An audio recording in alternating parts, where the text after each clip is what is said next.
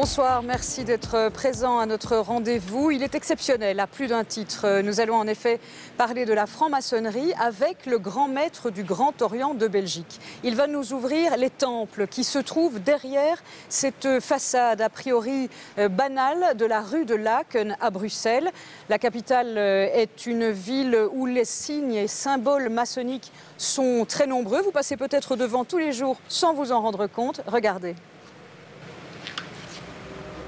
On a l'habitude de marcher la tête penchée vers le sol. Il faut parfois lever le regard et on passe devant des fontaines, des monuments sans jamais s'être aperçu qu'ils avaient quand même une certaine signification.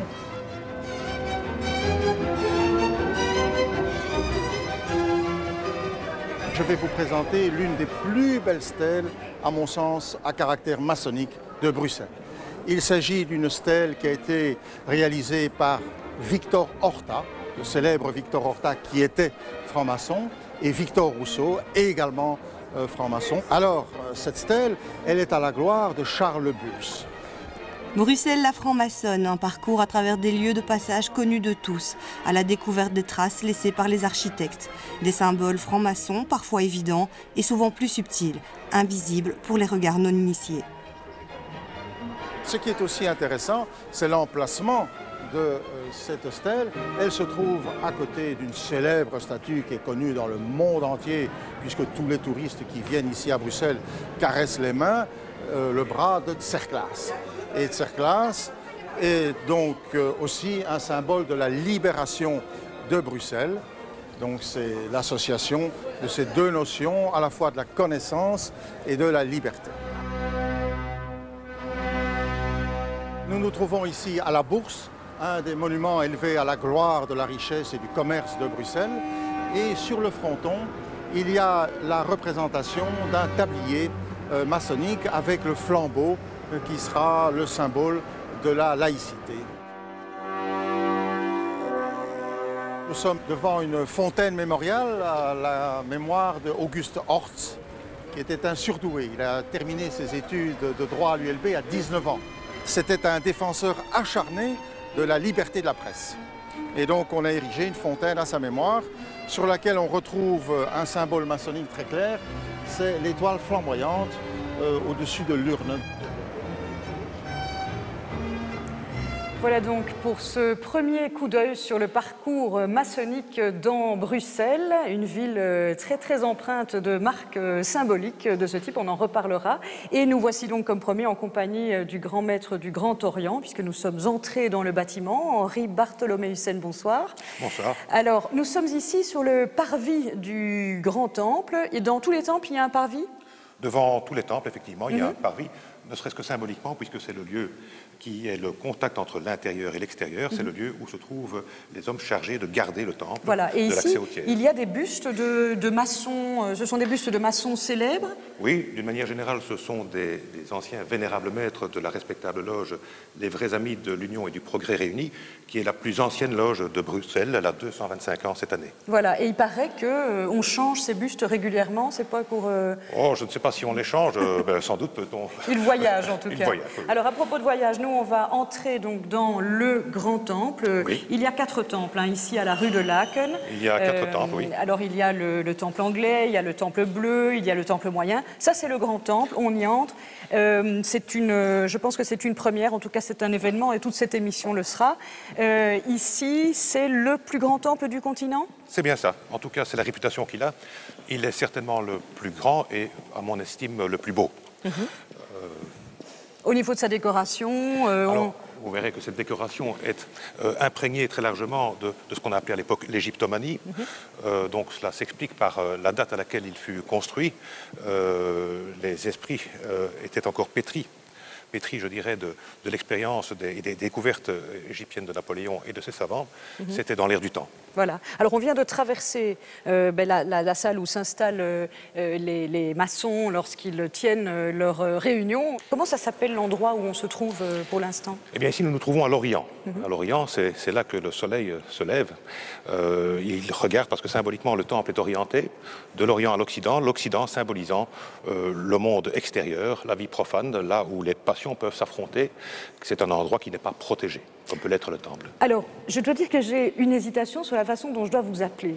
Vous allez me dire, je peux vous appeler Henri. Bon, d'accord, mais ça ne fera pas avancer le schmilblick. J'ai l'impression de me trouver comme, vous savez, comme le capitaine Haddock dans Tintin au Tibet qui, oui. qui est face au grand lama et qui ne sait pas comment l'appeler. Il l'appelle grand vizir et puis il termine par l'appeler grand chose parce qu'il n'y arrive plus grand trésor. Donc, dans votre cas... Ah ben vous m'appelez comme vous l'entendez, aussi bien monsieur que Henri, ou que... Je crois qu'il ne serait pas de circonstance de m'appeler grand maître. Non, puisque, voilà, ce ne sont que les initiés qui peuvent vous appeler de cette façon. C'est une fonction qui n'a de sens qu'au sein même de la franc-maçonnerie. Voilà. Alors, vous êtes mon interlocuteur parce que vous êtes le grand maître du Grand Orient, mais pour autant, ce n'est pas à ce titre-là que vous allez vous exprimer, vous vous exprimez à titre personnel. Pourquoi ? Oui, c'est-à-dire que en qualité de grand maître, je prends l'engagement de ne m'exprimer qu'à titre personnel. Cela signifie une chose, cela signifie que je dois être soucieux de la liberté de conscience de tous les francs-maçons que je suis censé représenter à ce moment précis. Et par voie de conséquence, comme j'ai coutume de le dire, on ne peut pas réduire à une seule la voix de 10 000. Et donc autant on peut évidemment imaginer, réfléchir sur les idéaux de la maçonnerie, autant effectivement ces propos n'engageront que moi, car chacun est libre de les apprécier, de les décliner à sa manière. Ça veut dire que vous devrez rendre des comptes demain ? Rendre des comptes, je crois que ça c'est naturel, c'est dans toute mission de mandat. Bien sûr qu'on rend des comptes. Et je crois que tout un chacun sera amené à pouvoir juger, apprécier si effectivement ce qui fut dit est en parfaite harmonie avec ce qu'il pense. Mais quel est votre... Bon, ça s'appelle les bureaux du pouvoir. Alors ici, on n'est pas dans un bureau, on verra votre bureau tout à l'heure, mais votre bureau, votre pouvoir à vous, en tant que grand maître du Grand Orient, vous pourriez le définir comment ? C'est intéressant que vous posiez la question de cette manière-là, mais parce qu'on pouvait aborder le pouvoir sur deux aspects différents. Le pouvoir de la maçonnerie ou effectivement le pouvoir d'un grand maître au sein de l'obédience. Oui, et c'est la deuxième partie. Et c'est la deuxième partie, tout à fait. Eh bien, c'est assez simple comme réponse. Je vous l'ai dit, ce sont des fonctions, ce sont des charges. C'est une mise à disposition de certaines personnes pendant un temps donné au profit d'une obédience. Il s'agit, je l'ai dit, d'une charge et non pas d'un pouvoir. Et donc, la liberté d'expression est telle au sein de l'obédience que, d'une manière quasi systématique, toute perspective de pouvoir serait érodée par cette libre expression, par un contre-pouvoir en tout cas. Bon, on essaiera en tout cas d'aller un peu plus dans les détails dans le courant de l'émission. Alors, j'ai l'air obsédée comme ça par les bureaux. J'aimerais bien qu'on voit maintenant votre bureau à vous, ici, donc dans ce bâtiment de la rue de Lac. Le voilà. Alors, c'est un bureau de pouvoir parce que c'est là que se réunit la commission administrative de l'obédience, dont vous êtes président, en réalité. Vous avez 12 ministres, 12 administrateurs. Mais on peut dire que le grand maître préside ce que vous appelez la commission administrative, qui est composée effectivement de 12 officiers dignitaires. Ils représentent, ils sont élus par l'Assemblée générale du Grand Orient de Belgique, et ils sont présentés à concurrence d'un tiers chacun par une région. Nous avons donc 4 représentants du Nord, 4 représentants du Sud, 4 représentants du Centre. Quand je dis représentants, le terme est inexact. Ils sont présentés par ces régions, mais en réalité, ils ne représentent pas les régions.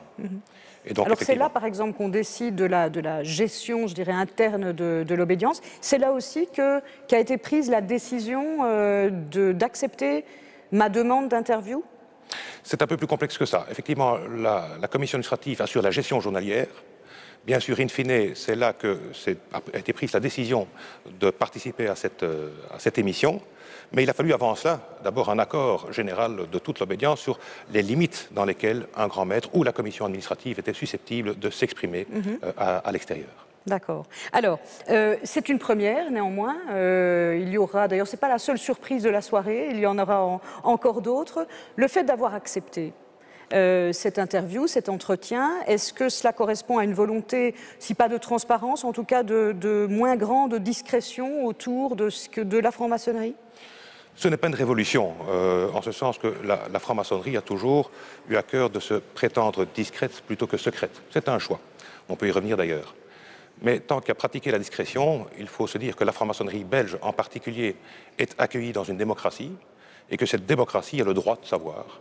Et nous avons l'obligation de lui donner cette assurance. Quels sont les motifs, les mobiles, les objets de la franc-maçonnerie ?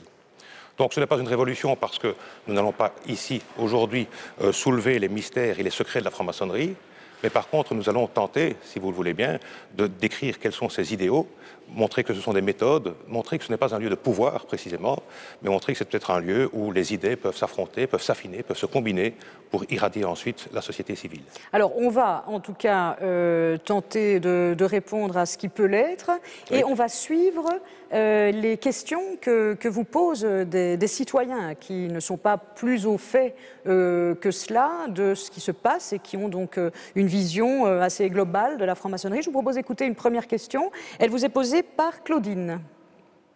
Je m'appelle Claudine et je me suis posé la question de savoir comment se fait-il que la franc-maçonnerie me semble sectaire. Alors j'aimerais bien avoir une explication, pourquoi ne sont-ils pas ouverts? La question est très intéressante. Cette dame s'interroge elle-même sur la question de savoir pourquoi la franc-maçonnerie lui apparaît comme sectaire. Alors elle dit bien « m'apparaît », oui, elle ne me dit semble, pas tout à fait. c'est sectaire, elle dit « pourquoi est-ce que cela m'apparaît comme sectaire ?» Je pense que c'est dû au fait que certaines autorités qui ne partagent pas les valeurs de la maçonnerie, je songe par exemple à Monseigneur Léonard, sont les premiers à dire publiquement que la franc-maçonnerie est sans doute la secte la mieux protégée de Belgique. Donc évidemment, cela laisse toujours des traces dans les mémoires, mais plus avant que ça, il est intéressant de dire à cette dame, et on voit bien que son esprit critique s'éveille déjà, nous n'avons précisément pas affaire à une secte pour une raison assez simple, c'est que s'il est difficile de rentrer en maçonnerie, il est par contre très facile d'en sortir, ce qui est exactement en ordre inverse de ce que l'on attend d'une secte. Alors c'est vrai que cette discrétion, en tout cas le problème éventuel de la discrétion, c'est que ça permet de projeter tous les fantasmes possibles et imaginables, mais que cette discrétion, pour rester là-dessus un instant, elle est aussi motivée par des raisons historiques et d'ailleurs quand on vous a proposé de choisir une image que vous souhaitiez revoir, vous avez choisi ceci, on va le regarder et puis on va en parler. C'est le générique d'un film qui s'appelle Forces occultes et qui date de 1943.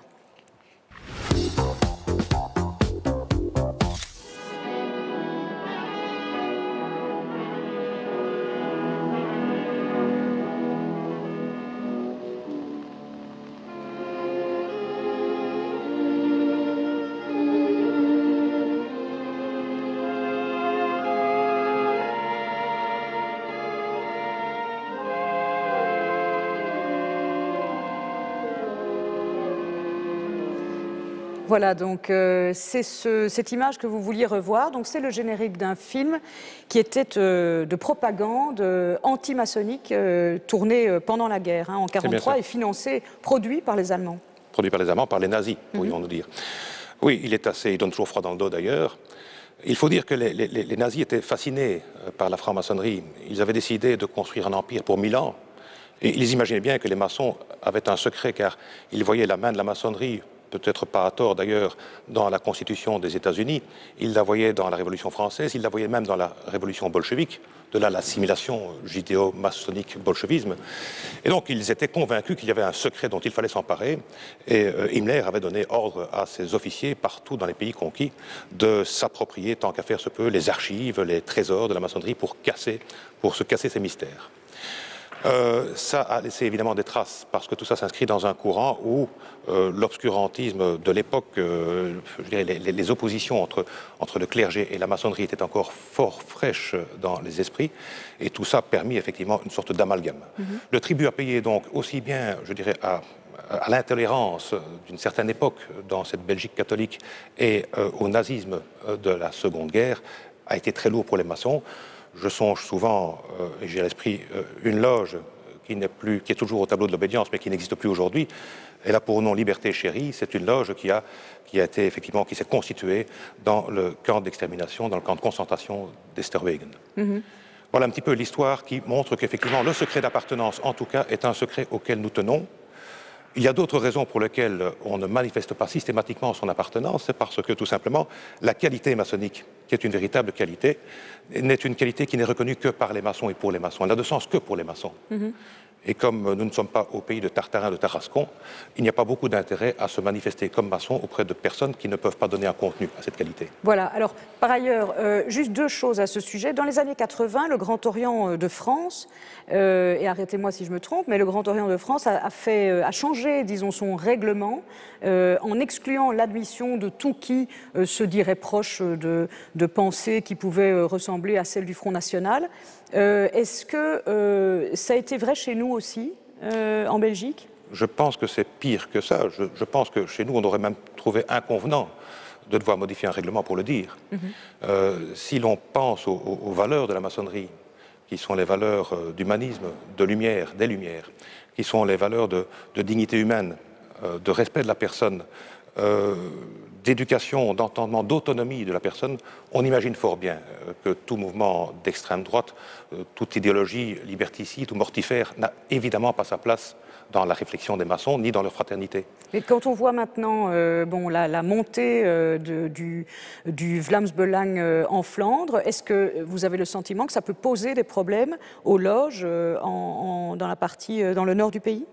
Vous remarquerez bien que l'une des premières préoccupations de ce Vlaams Belang victorieux a été de s'en prendre à la maçonnerie, pas n'importe laquelle d'ailleurs, ils s'en sont pris essentiellement à la maçonnerie dite libérale, dite adogmatique, qui est représentée en Belgique, vous le savez, par le Grand Orient de Belgique, qui est une obédience masculine, mais également par la Grande Loge féminine de Belgique, qui, comme son nom l'indique, est féminine, et également par la Fédération belge du droit humain, qui est une maçonnerie mixte, sans parler de la Grande Loge de Belgique, qui est fort proche du Grand Orient.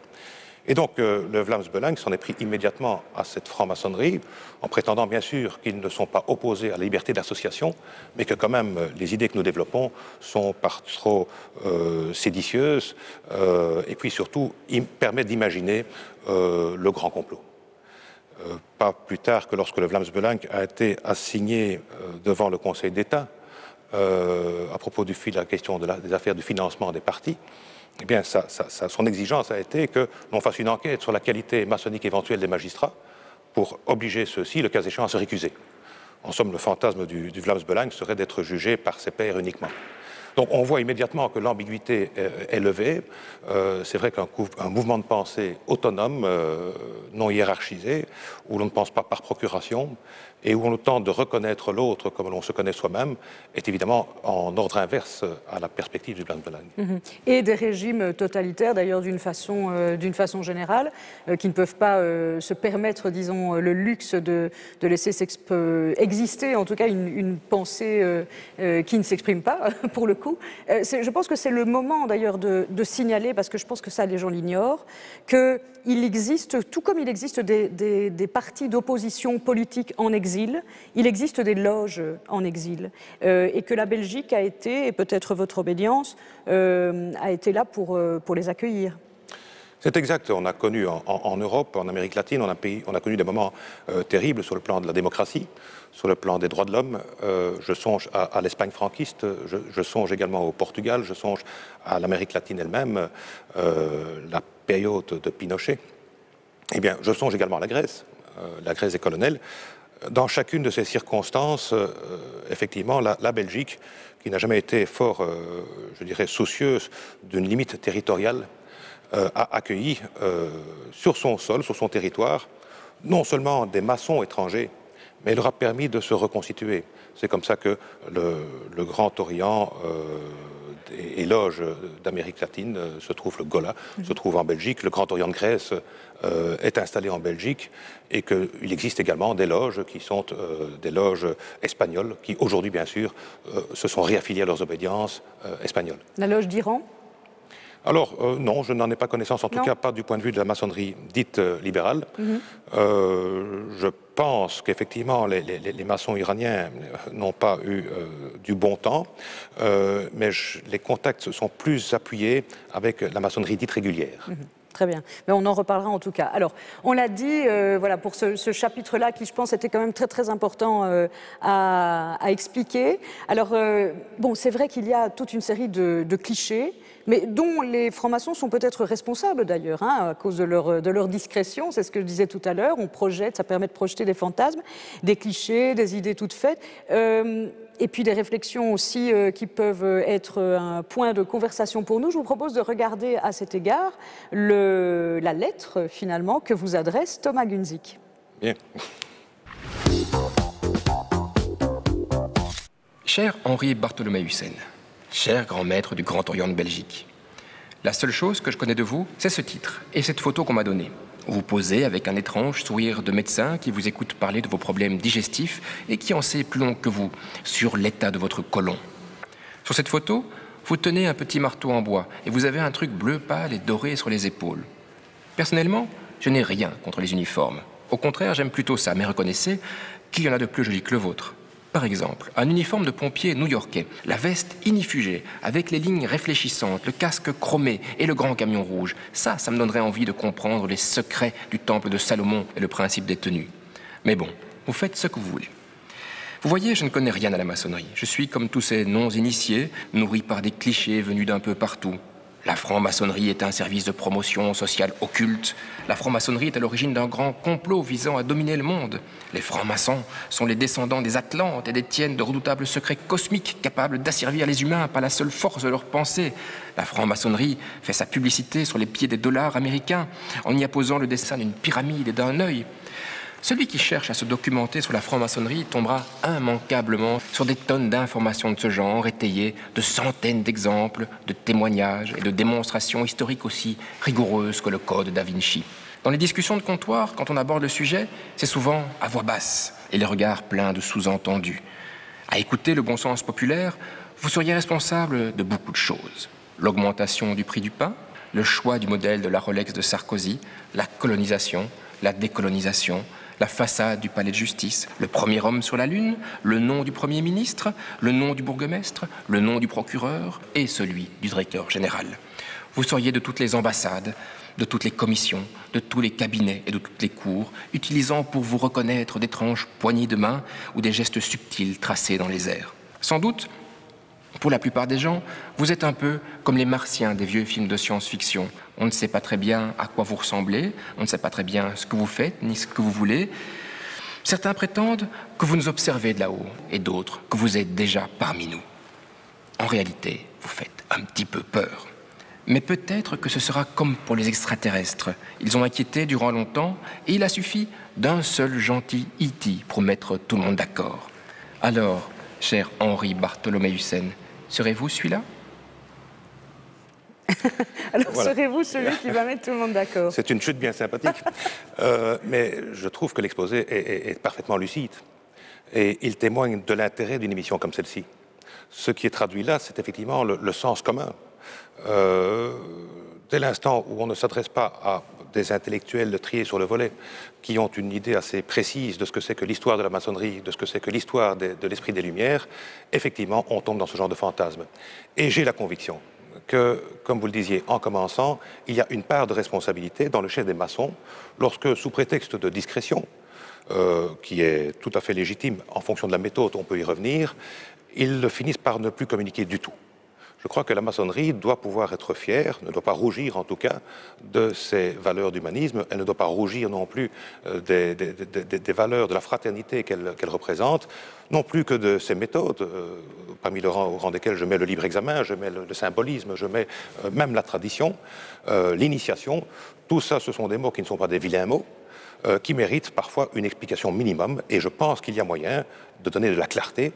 À défaut de transparence, vous parliez de transparence tout à l'heure, la transparence, je pense... En disant si pas la transparence, d'ailleurs. Oui, hein. mais je ne suis pas tellement favorable à ce concept de transparence qui, effectivement, est un frein à la liberté des consciences.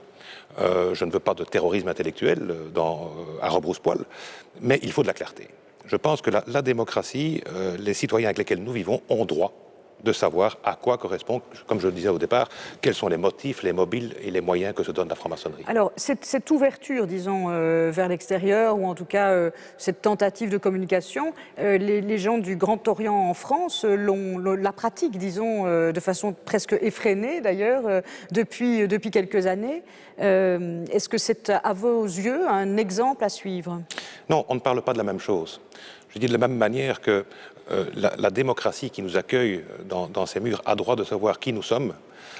Il ne faut pas dénaturer la maçonnerie au point, effectivement, de la transformer en maison de verre.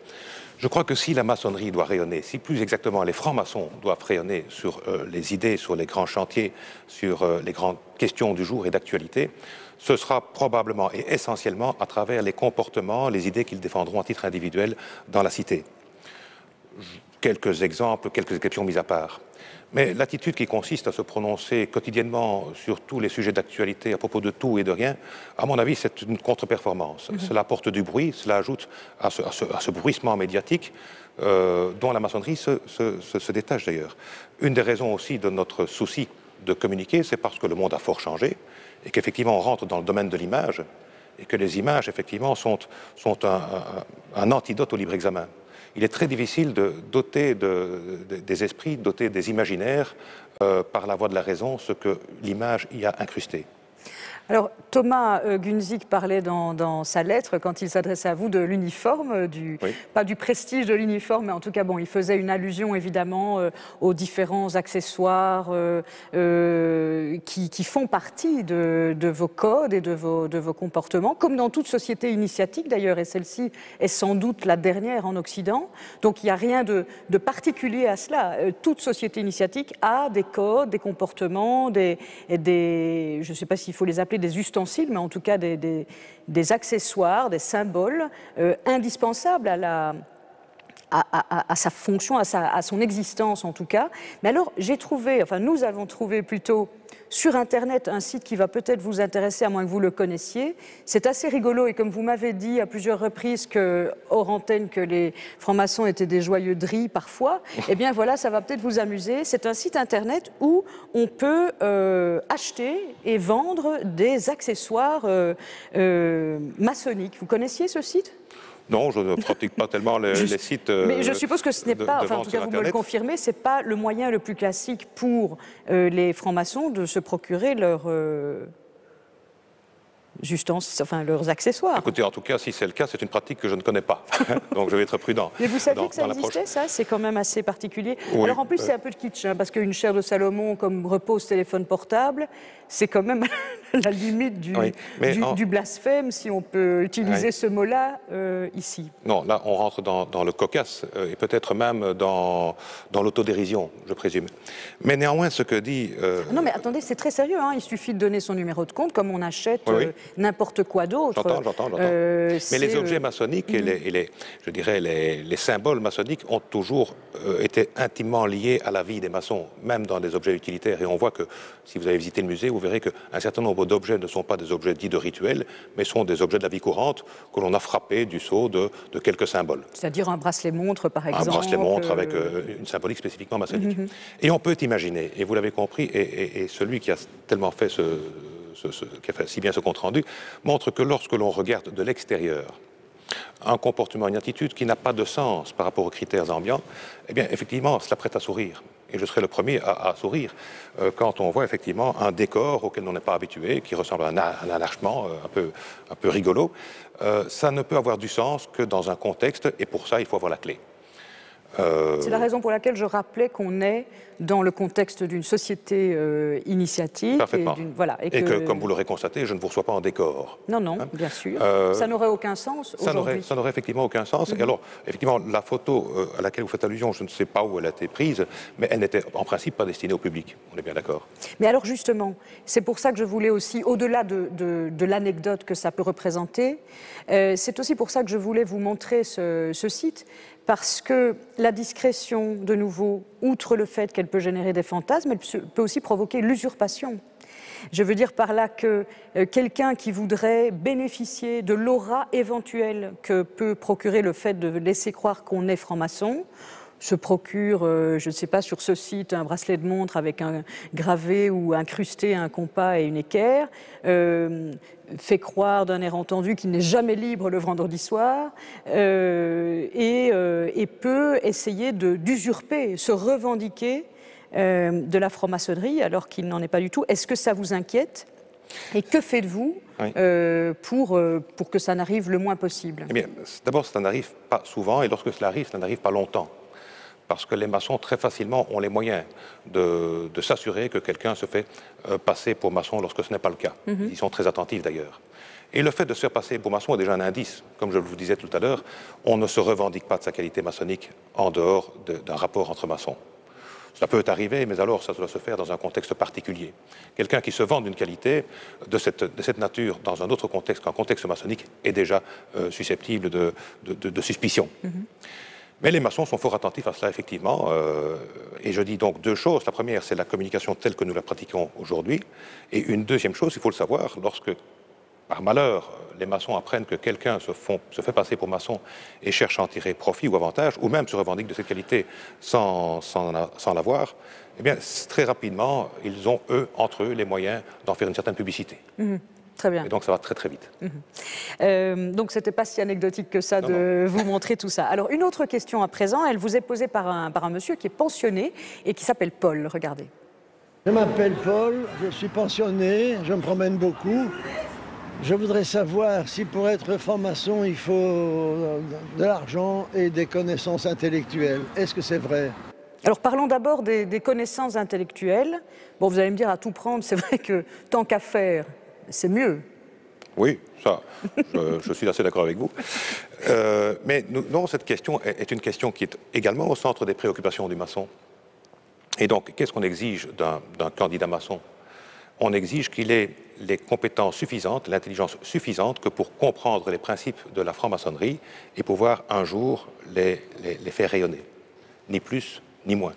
On ne vous demande pas d'être universitaire, on ne vous demande pas d'être un génie, on vous demande d'être un homme avec une qualité d'intention et un certain degré de probité. Voilà les conditions essentielles, en ce qui concerne en tout cas l'exigence intellectuelle. Quant à l'exigence financière, voilà, est-ce qu'il faut des sous? Est-ce qu'il faut être riche? C'est également donc une question que les maçons ont l'habitude de traiter. Ils doivent avoir suffisamment de sous que pour, sans se priver ou priver leurs proches, être en mesure de payer leur capitation, c'est-à-dire de payer leurs cotisations qui vont alimenter des sommes qui généralement seront consacrées en très grande partie à la philanthropie d'ailleurs. Donc voilà, ce ne sont pas des montants faramineux, mais effectivement, c'est une dépense.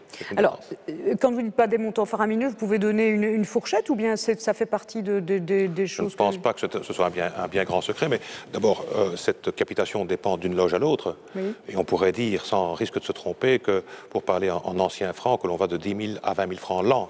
Oui. Donc ce n'est quand même pas non plus, si on calcule le budget... Vous ne parlez pas en euros? Ah, je peux parler en euros si vous voulez. Allez, parlez en euros alors. On est en 2007. De 250 à 500 euros. Très bien. Alors ça veut dire que... Alors j'avais retrouvé dans un livre une des conditions qui datait de 1888. Ça veut dire qu'on n'a pas changé. C'était jouit-il d'une aisance suffisante, alors je dis les termes exacts, oui, pour pouvoir, sans se gêner lui-même et sans nuire à ses proches, disposer des métaux qu'il aurait à verser au trésor de la loge. Donc ça veut dire que cette condition qui était vraie il y a un siècle, un peu plus d'un siècle, est toujours identiquement celle-là. Toujours identique.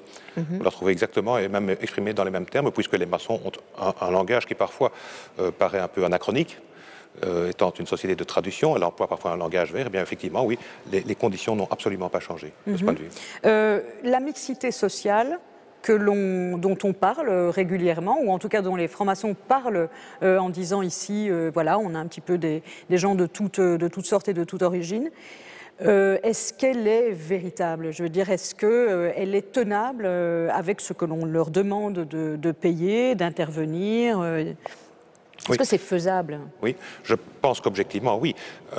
Il fut un temps où la franc-maçonnerie, de facto, s'adressait à une tranche de la population qui, effectivement, était aisée sur le plan financier. C'était la bourgeoisie, essentiellement. Elle s'est largement démocratisée aujourd'hui. Et donc, il est vrai que certaines catégories sociales sont peut-être sous-représentées, mais c'est peut-être davantage par manque d'intérêt, par manque d'intérêt essentiellement, que par manque de moyens. De votre intérêt ou de leur intérêt? De leur part. Et peut-être que là aussi, il faut savoir s'ouvrir, il faut savoir... vous savez, la maçonnerie, on devient maçon par cooptation, Et donc il faut un certain temps pour que, effectivement, toutes les couches, tous les domaines, toutes les disciplines de la société puissent être approchées. Est-ce que c'est une forme d'appel que vous lancez? Non, pas du tout. La maçonnerie n'est pas prosélyte, ce qui ajoute à la difficulté. Donc il faut vraiment que l'intérêt vienne de l'extérieur. Mais encore une fois, comment peut-il venir de l'extérieur si au moins nous ne montrons pas la coquille extérieure de l'œuf? Alors voilà donc pour cette question que vous posait ce monsieur qui est pensionné, donc pensionné. Une question d'un étudiant maintenant, on part à l'autre bout de la fourchette d'âge. Il s'appelle Gaël. Bien. Alors moi c'est Gaël, bonjour.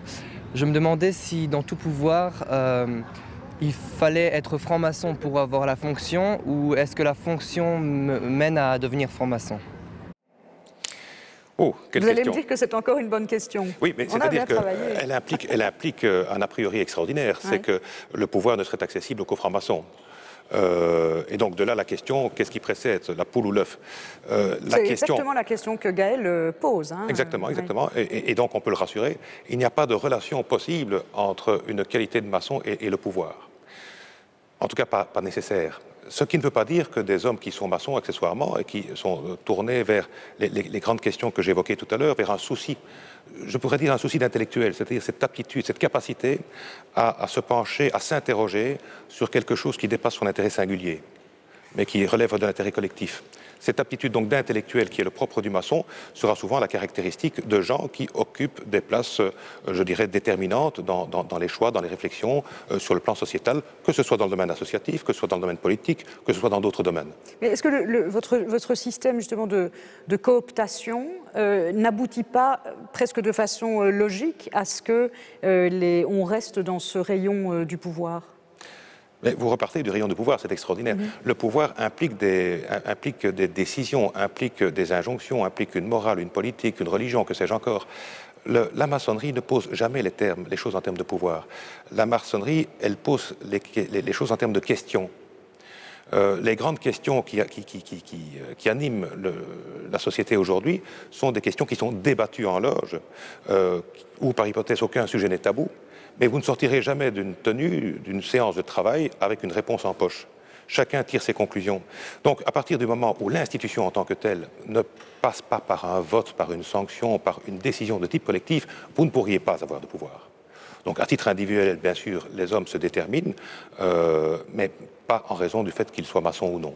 Je pense que c'est davantage en raison des qualités qui sont les leurs, qui se nourrissent peut-être du travail et de la méthode maçonnique, mais qui demeurent leur qualité intrinsèque. Alors vous verrez que dans le cours de l'émission, nous aurons encore des questions évidemment. On y reviendra sans doute. Et on reviendra notamment sur cet élément de l'élite qui a l'air de tracasser les gens, évidemment. Alors à l'intérieur même des réunions, des tenues, donc comme on les appelle, il n'y a pas de question d'âge, de pouvoir. Il y a une autre structure qui est mise en place et qui fonctionne. On va regarder un reportage qu'a tourné Laurence Brex dans d'ailleurs 2 temples qui se trouvent ici à la rue de Laeken, le temple anglais et le temple moyen. Il sera question effectivement des codes, des comportements, du dispositif. On regarde ça et on en parle. Merci. Quand nous entrons ici, c'est pour nous isoler du monde, pour nous permettre de réfléchir dans un cadre propice. Les temples de la rue de Laeken ici ont cette particularité d'avoir été construits au début du XXe siècle en pleine mode de l'égyptianisme. Et donc il y a dans cette architecture à la fois un phénomène de mode et un rappel de la symbolique maçonnique. Un ensemble de symboles très variés qui trouvent leur origine dans différentes religions, dans plusieurs cultures, mais aussi dans l'astrologie, l'alchimie ou la géométrie. Un ensemble tellement vaste qu'il rappelle évidemment les origines floues de la franc-maçonnerie, mais aussi l'universalité vers laquelle elle tend. Il y a une absolue liberté d'interprétation pour chaque membre des symboles. Omniprésent dans les symboles maçonniques, ce triangle qui symboliserait un certain équilibre. Vous pouvez l'interpréter de différentes manières. Vous pouvez l'interpréter comme le symbole ternaire qui est très important en franc-maçonnerie. Vous pouvez y voir les trois côtés, les trois grades de la franc-maçonnerie, les trois premiers, l'apprenti, le compagnon et le maître. Vous pouvez y retrouver des grandes formules comme la célèbre formule de l'égalité, liberté et fraternité. Donc à chacun d'interpréter, d'y mettre ce qu'il a envie d'y mettre. Et pourtant, la disposition des temples est identique à travers le monde. Récurrent, ce damier au sol qui rappelle le blanc et le noir, le bien et le mal, les contraires. Mais aussi cette voûte étoilée qui symbolise un temple inachevé en perpétuelle construction. Une construction à laquelle les maçons s'attellent lors de leur réunion nommée tenue. Avant une tenue, en fait, chaque loge va installer un peu de matériel dans le temple. Notamment au centre du pavé mosaïque, nous avons installé ce qu'on appelle un tapis de loge qui reprend en fait les différents symboles de la franc-maçonnerie. Il y a également toutes sortes de lumières qui sont installées. Il faut savoir que dans une tenue, on joue beaucoup à la fois sur les effets de lumière et sur la musique notamment. On ne prend pas place n'importe comment. Les apprentis vont prendre place d'un côté du temple, les compagnons de l'autre, et les maîtres, eux, ont le droit de s'asseoir où ils le désirent.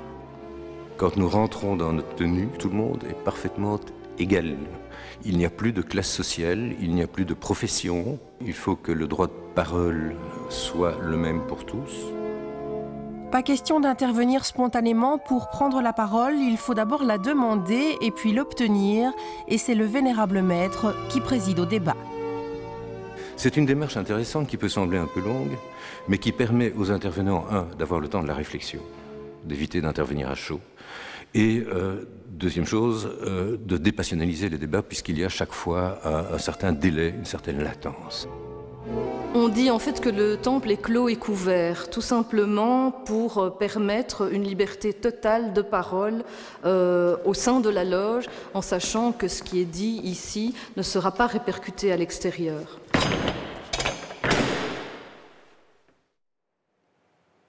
Voilà, alors pour le coup, ce que nous disons, nous, aujourd'hui, est tout à fait répercuté. Ce système dont on parle dans le reportage, j'utilise le mot système parce que je n'en trouve pas d'autre, vous en aurez certainement un meilleur, mais ce système qui a plani, je dirais, un certain nombre de différences pour mettre en place une autre structure en place pendant les tenues, donc pendant les discussions.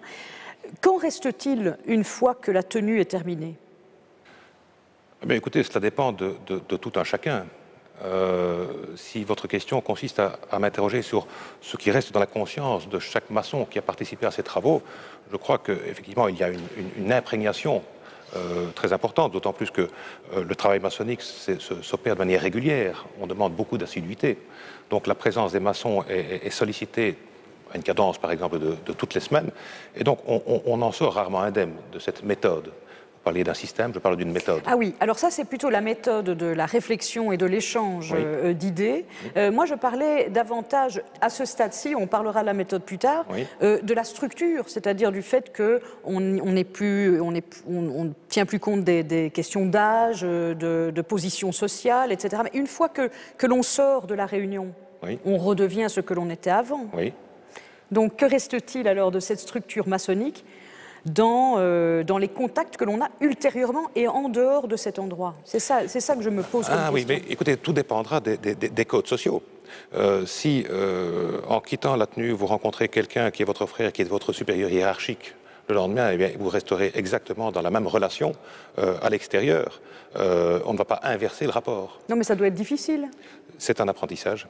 C'est un apprentissage et je crois qu'il est assez aisément compréhensible. De la même manière que vous pouvez avoir des relations d'amitié ou des connaissances dans un univers, par exemple dans votre club sportif, eh bien vous aurez une relation différente au boulot, vous aurez encore une relation différente dans un tout autre contexte.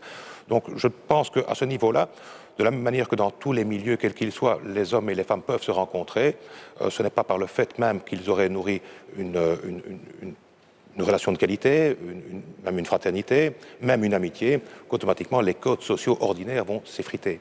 Mais il y aura peut-être une aptitude, une connaissance de l'autre qui permettra peut-être d'avancer plus vite, plus fort et mieux dans certaines directions. Ça, c'est certain. Alors, les femmes précisément, elles ne doivent pas être très nombreuses à être venues comme moi dans ce temple-ci. Détrompez-vous, détrompez-vous. De la même manière que le Grand Orient de Belgique est une obédience masculine, il n'en reconnaît pas moins la qualité de maçonne des sœurs. Et donc le Grand Orient de Belgique a été à la base même de la constitution de la Grande Loge féminine de Belgique. Il a assisté également à la constitution de la Fédération du droit humain en Belgique. C'est mixte. Qui est mixte. Et donc, dans ce temple, chaque fois que c'est nécessaire ou possible, aussi bien nos sœurs et nos frères du droit humain que nos sœurs de la Grande Loge féminine de Belgique sont invités à travailler. Soit dans ce qu'on appelle des tenues interobédientielles, soit au niveau des loges cette fois, soit parce que dans leur cérémonie, elles ont par exemple besoin de l'espace. Et il y a un rapport de fraternité et de compréhension absolue. Le fait qu'il existe une grande loge féminine vous dédouane, vous, au Grand Orient, d'éventuellement imaginer la mixité ? C'est une manière désagréable de présenter les choses. Je pourrais vous proposer la suivante. On peut évidemment rêver d'un lieu où les hommes et les femmes se pratiquent sur pied d'égalité, sans même faire allusion au sexe. Il n'en demeure pas moins que lorsque les femmes travaillent ensemble, il s'en déduit une texture de relation, une sensibilité qui est objectivement différente que celle que l'on rencontre dans un groupe mixte. Et la chose est vraie aussi dans les groupes d'hommes. Alors la question n'est pas de savoir s'il faut être pour ou contre une maçonnerie mixte ou pas. Je crois que la question est de savoir comment peut-on préserver les trois pylônes. Comment peut-on préserver cette richesse?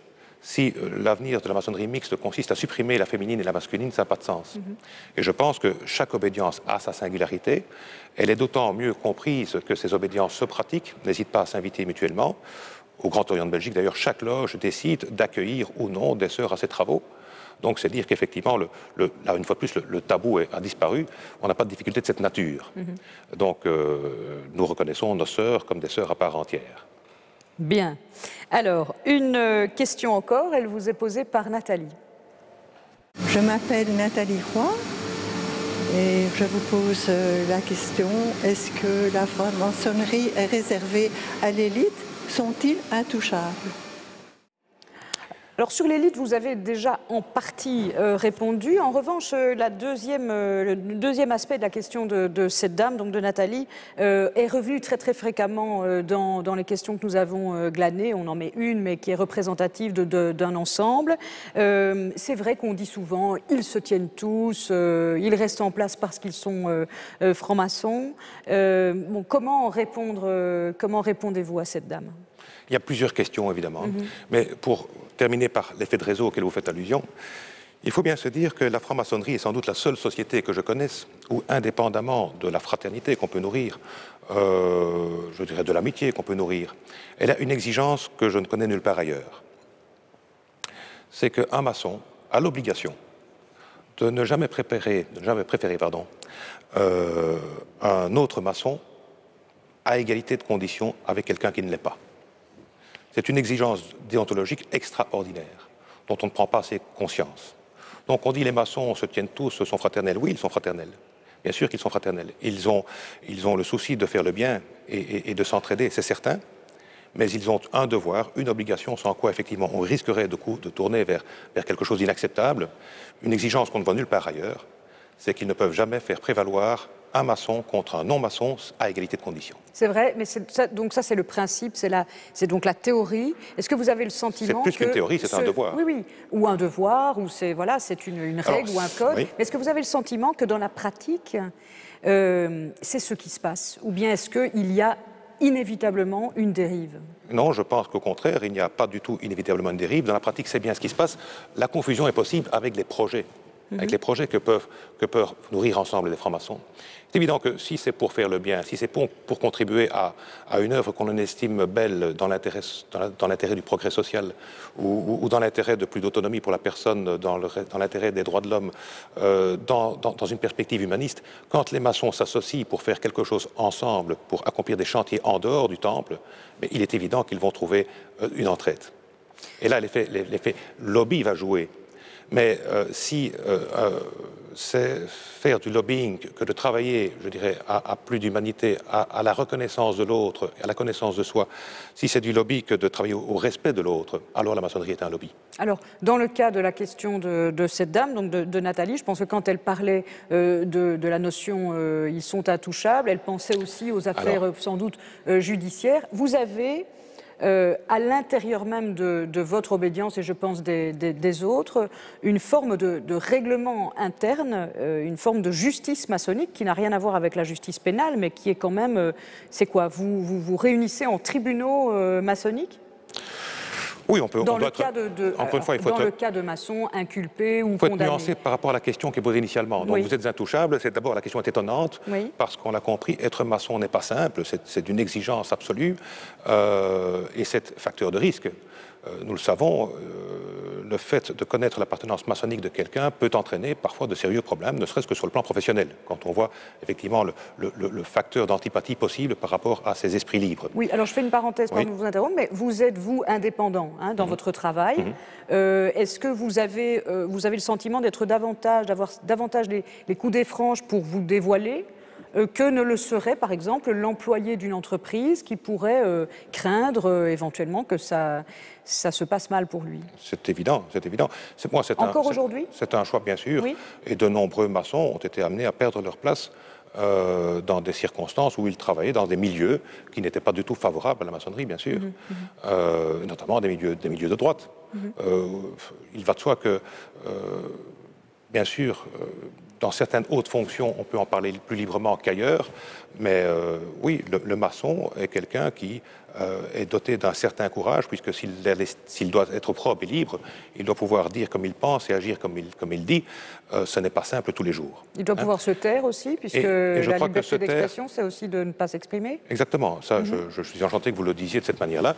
Je crois qu'effectivement, la première liberté d'expression, c'est la capacité, le pouvoir de se taire. Ça procède également d'une protection de la liberté de conscience. Voilà. Alors ici, dans ce cas-ci, j'aimerais mieux que vous ne vous taisiez pas. Donc, je vous repose la question concernant Alors, sur les affaires. La justice interne que vous pouvez, en dehors, je le répète, de la justice pénale. Je veux dire, voilà, on se trouve, prenons un cas concret, on se trouve face à un franc-maçon qui, de notoriété, en tout cas, qui dans son identité, qui n'est pas maçonnique, est condamné ou inculpé. Comment réglez-vous ce problème en interne? Est-ce qu'il est exclu? Est-ce qu'il est suspendu? Est-ce qu'on fait un gros semblant de rien, comme on dit à Bruxelles, ou comment on fait? Je crois que l'ensemble des maçons seront contents que vous posiez la question, parce que lorsqu'on parle d'affaires et qu'on a, je dirais, parlé notamment de la présence de francs-maçons dans des dossiers difficiles, il y avait une inquiétude. Nous ne sommes pas habitués à cela. Voilà, on a parlé de maçons dans les affaires de Charleroi, Augusta, Dassault. On en parle beaucoup. Et effectivement, c'est extrêmement frustrant, c'est terrible pour les maçons, quand on connaît effectivement leurs perspectives, de voir qu'ils pourraient être sous les feux de la rampe pour ce mauvais motif. Et alors c'est vrai que nous avons au sein de la maçonnerie des instances juridictionnelles qui statuent selon un droit maçonnique qui est en réalité un droit disciplinaire et où le manquement à des devoirs maçonniques est sanctionné. Et ces sanctions peuvent aller relativement loin puisqu'elles sont la traduction en langage maçonnique de ce qu'on pourrait appeler le bannissement, c'est-à-dire la radiation pure et simple. C'est d'autant plus grave qu'un maçon, lorsqu'il est initié, fait des serments qui lui valent cette confiance, cette fraternité. Le jour où cela se retire sous ses pieds, c'est plus terrible que la mort, je dirais. Et donc, effectivement, il existe des instances... Parce qu'il y a eu serment aussi. Parce qu'il y a eu serment, parce que cette fraternité est basée sur un rapport de confiance. On peut mériter cette fraternité parce qu'il y a la confiance. Si cette confiance est trahie, à ce moment-là, effectivement, c'est le sol qui s'effondre. Et de la même manière qu'il pouvait profiter de l'assistance, à ce moment-là, il va subir l'opprobre. Donc c'est une sanction extrêmement dure, extrêmement lourde. Et cette justice maçonnique est organisée, effectivement, comme n'importe quel niveau judiciaire, je dirais, à un double niveau de pouvoir. La loge, d'abord, va s'organiser en tribunal maçonnique dans des circonstances spéciales, avec une faculté d'appel devant l'obédience. Et c'est même plus grave, c'est même plus terrible encore qu'on ne se l'imagine, c'est que lorsque quelqu'un est condamné pénalement, il n'y a même plus place pour une instruction. Je dirais que la loge, le tribunal maçonnique est saisi d'office. Il n'existe quand même pas beaucoup d'instances où une instance judiciaire soit saisie d'office par le fait même d'une condamnation pénale. Donc c'est dire qu'effectivement on ne badine pas en maçonnerie avec les sanctions pénales, ce qui ne veut pas dire non plus qu'une sanction pénale aboutisse nécessairement à une sanction maçonnique, parce que l'on peut considérer par exemple que certaines infractions, certains délits n'impliquaient pas un manquement au devoir, au manquement, je dirais, au devoir de fidélité, au manquement aux devoirs moraux que s'imposent les maçons. Mais alors, la question qui paraît-il, agite un certain nombre de loges est de savoir s'il faut publier le nom de ces maçons exclus par la loge ou suspendus, comme vous venez de le dire, étant donné voilà, le respect théorique et impératif de l'identité maçonnique des gens. Dans ces cas-là, comment faites-vous? Oui. En fait, ce que vous dites, cette question-là ne s'est pas tellement posée en Belgique, elle s'est posée en France surtout. Et donc, dans ce même souci de transparence, d'inquiétude, dans la justification du secret, dans cette même logique qui consiste à communiquer beaucoup et sur beaucoup de choses, dans cette même logique où le grand maître conseillait aux élus, aux représentants, aux hommes politiques français de ne pas hésiter à décliner leur qualité maçonnique, puisqu'il s'agissait là d'une qualité, il était logique que lorsque les mêmes se fassent sanctionner, on donne leur nom. Nous ne sommes pas dans cette perspective-ci en Belgique. Pourtant, il y a eu des affaires. Des affaires, qu'entendez-vous par là? Oui, je dis, il y a eu des soucis quand même pour un certain nombre de personnes. Vous n'en avez pas discuté à ce moment-là? Bien sûr, bien sûr. Il y a eu, jadis, notre arsenal, je dirais, judiciaire maçonnique était moins clair qu'aujourd'hui. Et donc, il était assez courant, je vous parle il y a une vingtaine d'années encore, dans un souci de fraternité ambiguë, d'inviter quelqu'un qui s'était singularisé par de mauvaises actions, de l'inviter tout doucement à donner sa démission. Il demandait sa mise en sommeil et très facilement on l'acceptait. Aujourd'hui, on a monté le degré d'exigence. Il n'est plus possible de demander sa mise en sommeil lorsque c'est à la suite d'un événement qui porte atteinte, je dirais, à la réputation, à l'honneur de la maçonnerie ou même à l'honneur du citoyen. Il n'est plus possible d'obtenir sa mise en sommeil. Il y a nécessairement un procès maçonnique. Et ça a fait l'objet de débats. Parce que la maçonnerie n'était pas prête à ce genre d'angoisse, parce qu'effectivement, elle se recrute en ayant à l'esprit cette exigence de qualité, de loyauté par rapport au restant de la société. Alors vous l'avez entendu, les questions qui vous sont posées, elles sont posées vers une franc-maçonnerie globale, comme s'il n'y avait pas de différence. Or, on peut dire qu'il y a, disons, deux pilotes en franc-maçonnerie, un courant adogmatique qui est celui du Grand Orient, qui est celui de la Grande Loge féminine, qui est celui du droit humain, de la Grande Loge de Belgique, et puis un courant qu'on appellerait déiste. D'ailleurs, vous voyez ici le site internet où il y a des liens précisément entre les 4 obédiences, donc Grand Orient, également droit humain, Grande Loge de Belgique. Il y a des liens entre les 4 et il n'y en a pas vers le courant, disons, régulier, représenté par la Grande Loge de Belgique. Et pourtant, le grand maître de la loge régulière est avec nous ce soir. On va aller le rejoindre tout de suite. Dites-moi pourquoi il n'y a pas de lien sur ce fameux site internet avec cette loge régulière? Mais parce que nous avons 2 courants maçonniques qui posent à l'égard de leurs membres des exigences singulièrement différentes. Et peut-être antagonistes, on va en tout cas le voir avec Monsieur Cleven. Bonjour.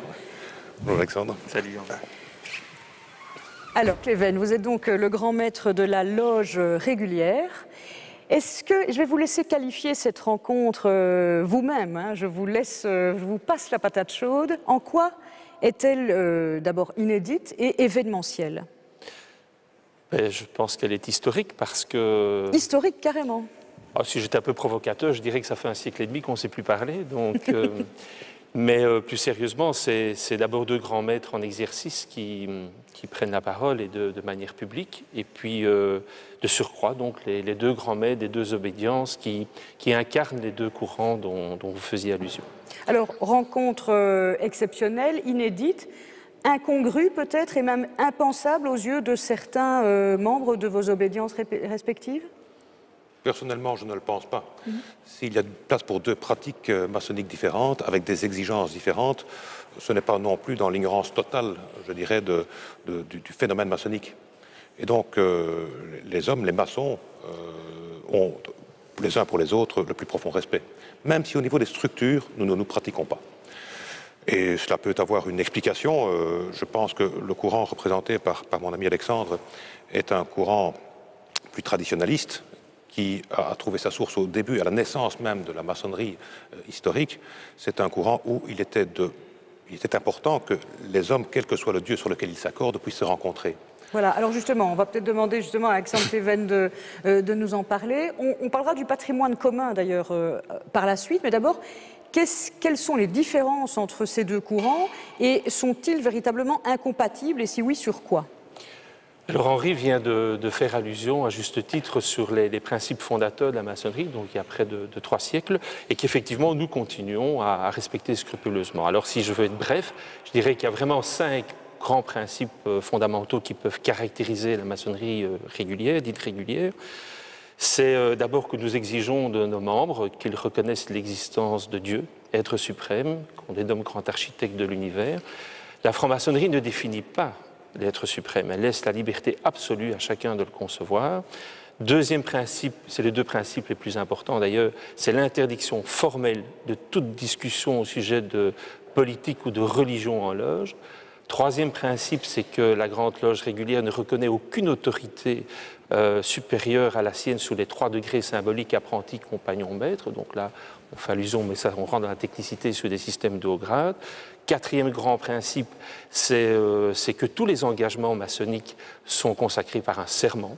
Ce serment est pris sur la Bible ou sur un autre volume sacré, suivant la confession du candidat, par exemple la Torah ou le Coran. Et enfin, dernier principe, la franc-maçonnerie régulière est ouverte aux hommes âgés de 21 ans au moins. Pas du tout aux femmes. Non. Sur tous ces points, sur un de ces points, sur plusieurs d'entre eux, les obédiences du courant libéral ont une position différente, voire opposée. Cette différence ou cette opposition exclut pour nous tout travail en commun, sachant que pour nous, ces principes que je vous ai cités forgent vraiment notre engagement initiatique et, chose importante, puisqu'ils ont été respectés de manière continue aussi à travers le temps et à travers l'espace, nous unissent, c'est important pour nous dans notre démarche, aux 3 millions de maçons réguliers qui vivent à travers le monde. Alors j'imagine, Monsieur Pleven, j'imagine que la référence à l'être suprême fait qu'en nombre, effectivement, vous venez de citer un chiffre, cela fonctionne quel que soit le nom que l'on donne à cet être suprême et que donc le courant régulier est plus important en nombre dans le monde, pas en Belgique. En Belgique, c'est plutôt la tendance adogmatique qui est plus importante. Tout à fait. En fait, si on était un peu symbolique, on dirait que le nombre est en fait identiquement opposé par rapport à l'espace international et à l'espace en Belgique. Effectivement, là, la Grande Loge régulière est minoritaire en Belgique. Alors, en invitant ici le grand maître de la Grande Loge régulière, vous, grand maître du Grand Orient, quel était le message que vous vouliez faire passer, alors aux non-initiés, donc au grand public qui nous regarde, et peut-être aux initiés aussi, hein. Il y a des messages intérieurs aussi qu'il faut, j'imagine. Je ne sais pas si on a besoin de messages intérieurs, mais je pense qu'un réflexe que doit avoir un maçon, c'est d'établir, de permettre la contradiction. Et à partir du moment où j'étais amené à parler, je ne pouvais pas en passer sous silence l'existence de la maçonnerie régulière en Belgique, dans un souci d'objectivité, et que j'étais amené nécessairement à la qualifier et à m'en distinguer, il était logique que j'invite le grand maître actuellement en fonction à pouvoir parler de lui-même personnellement. Ça me permet d'éviter de dire des idioties ou de dire des choses avec lesquelles il n'aurait pas pu s'accorder. Mais je pense qu'il a fait le tour. La maçonnerie dite libérale, dite adogmatique, n'empêche pas évidemment la foi en un être suprême, mais elle ne l'oblige pas. Voilà, ce qui est le cas du courant régulier. Oui. Alors, on l'a dit, les différences, on en a parlé. Le patrimoine commun, alors, quelles sont les thématiques sur lesquelles vous pouvez vous accorder et sur lesquelles vous vous accordez sans doute? En tout cas, moi, je vais me comporter en maçon, je vais être très sincère et je vais dire combien j'ai, en écoutant Henri tantôt, été, je vous l'avoue, interpellé par l'importance des sujets qu'il a développés, des messages qu'il a fait passer dans lesquels je me retrouve. Donc, effectivement, vous avez raison de le dire, on a parlé de ce qui nous sépare, qu'est-ce qui peut nous rapprocher, en tout cas. Je pense personnellement qu'il y a 2 choses.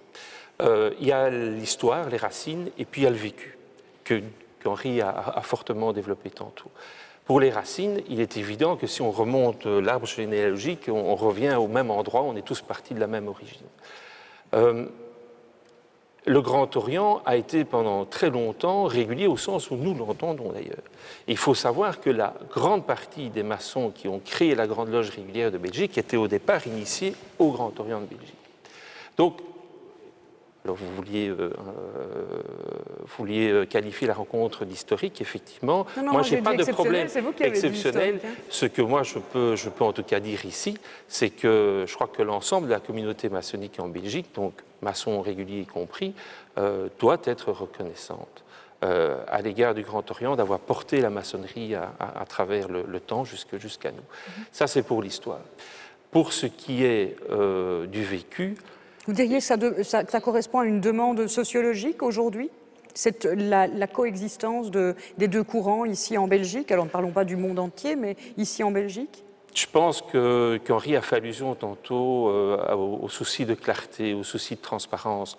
Et il a beaucoup parlé de la recherche qu'un maçon fait, de la bonne information, du bon jugement qu'on a sur les choses. Je crois qu'effectivement, en maçonnerie, on a tendance parfois, pas toujours, à bien comprendre l'autre et surtout à essayer de l'appréhender par rapport à son propre référentiel à lui.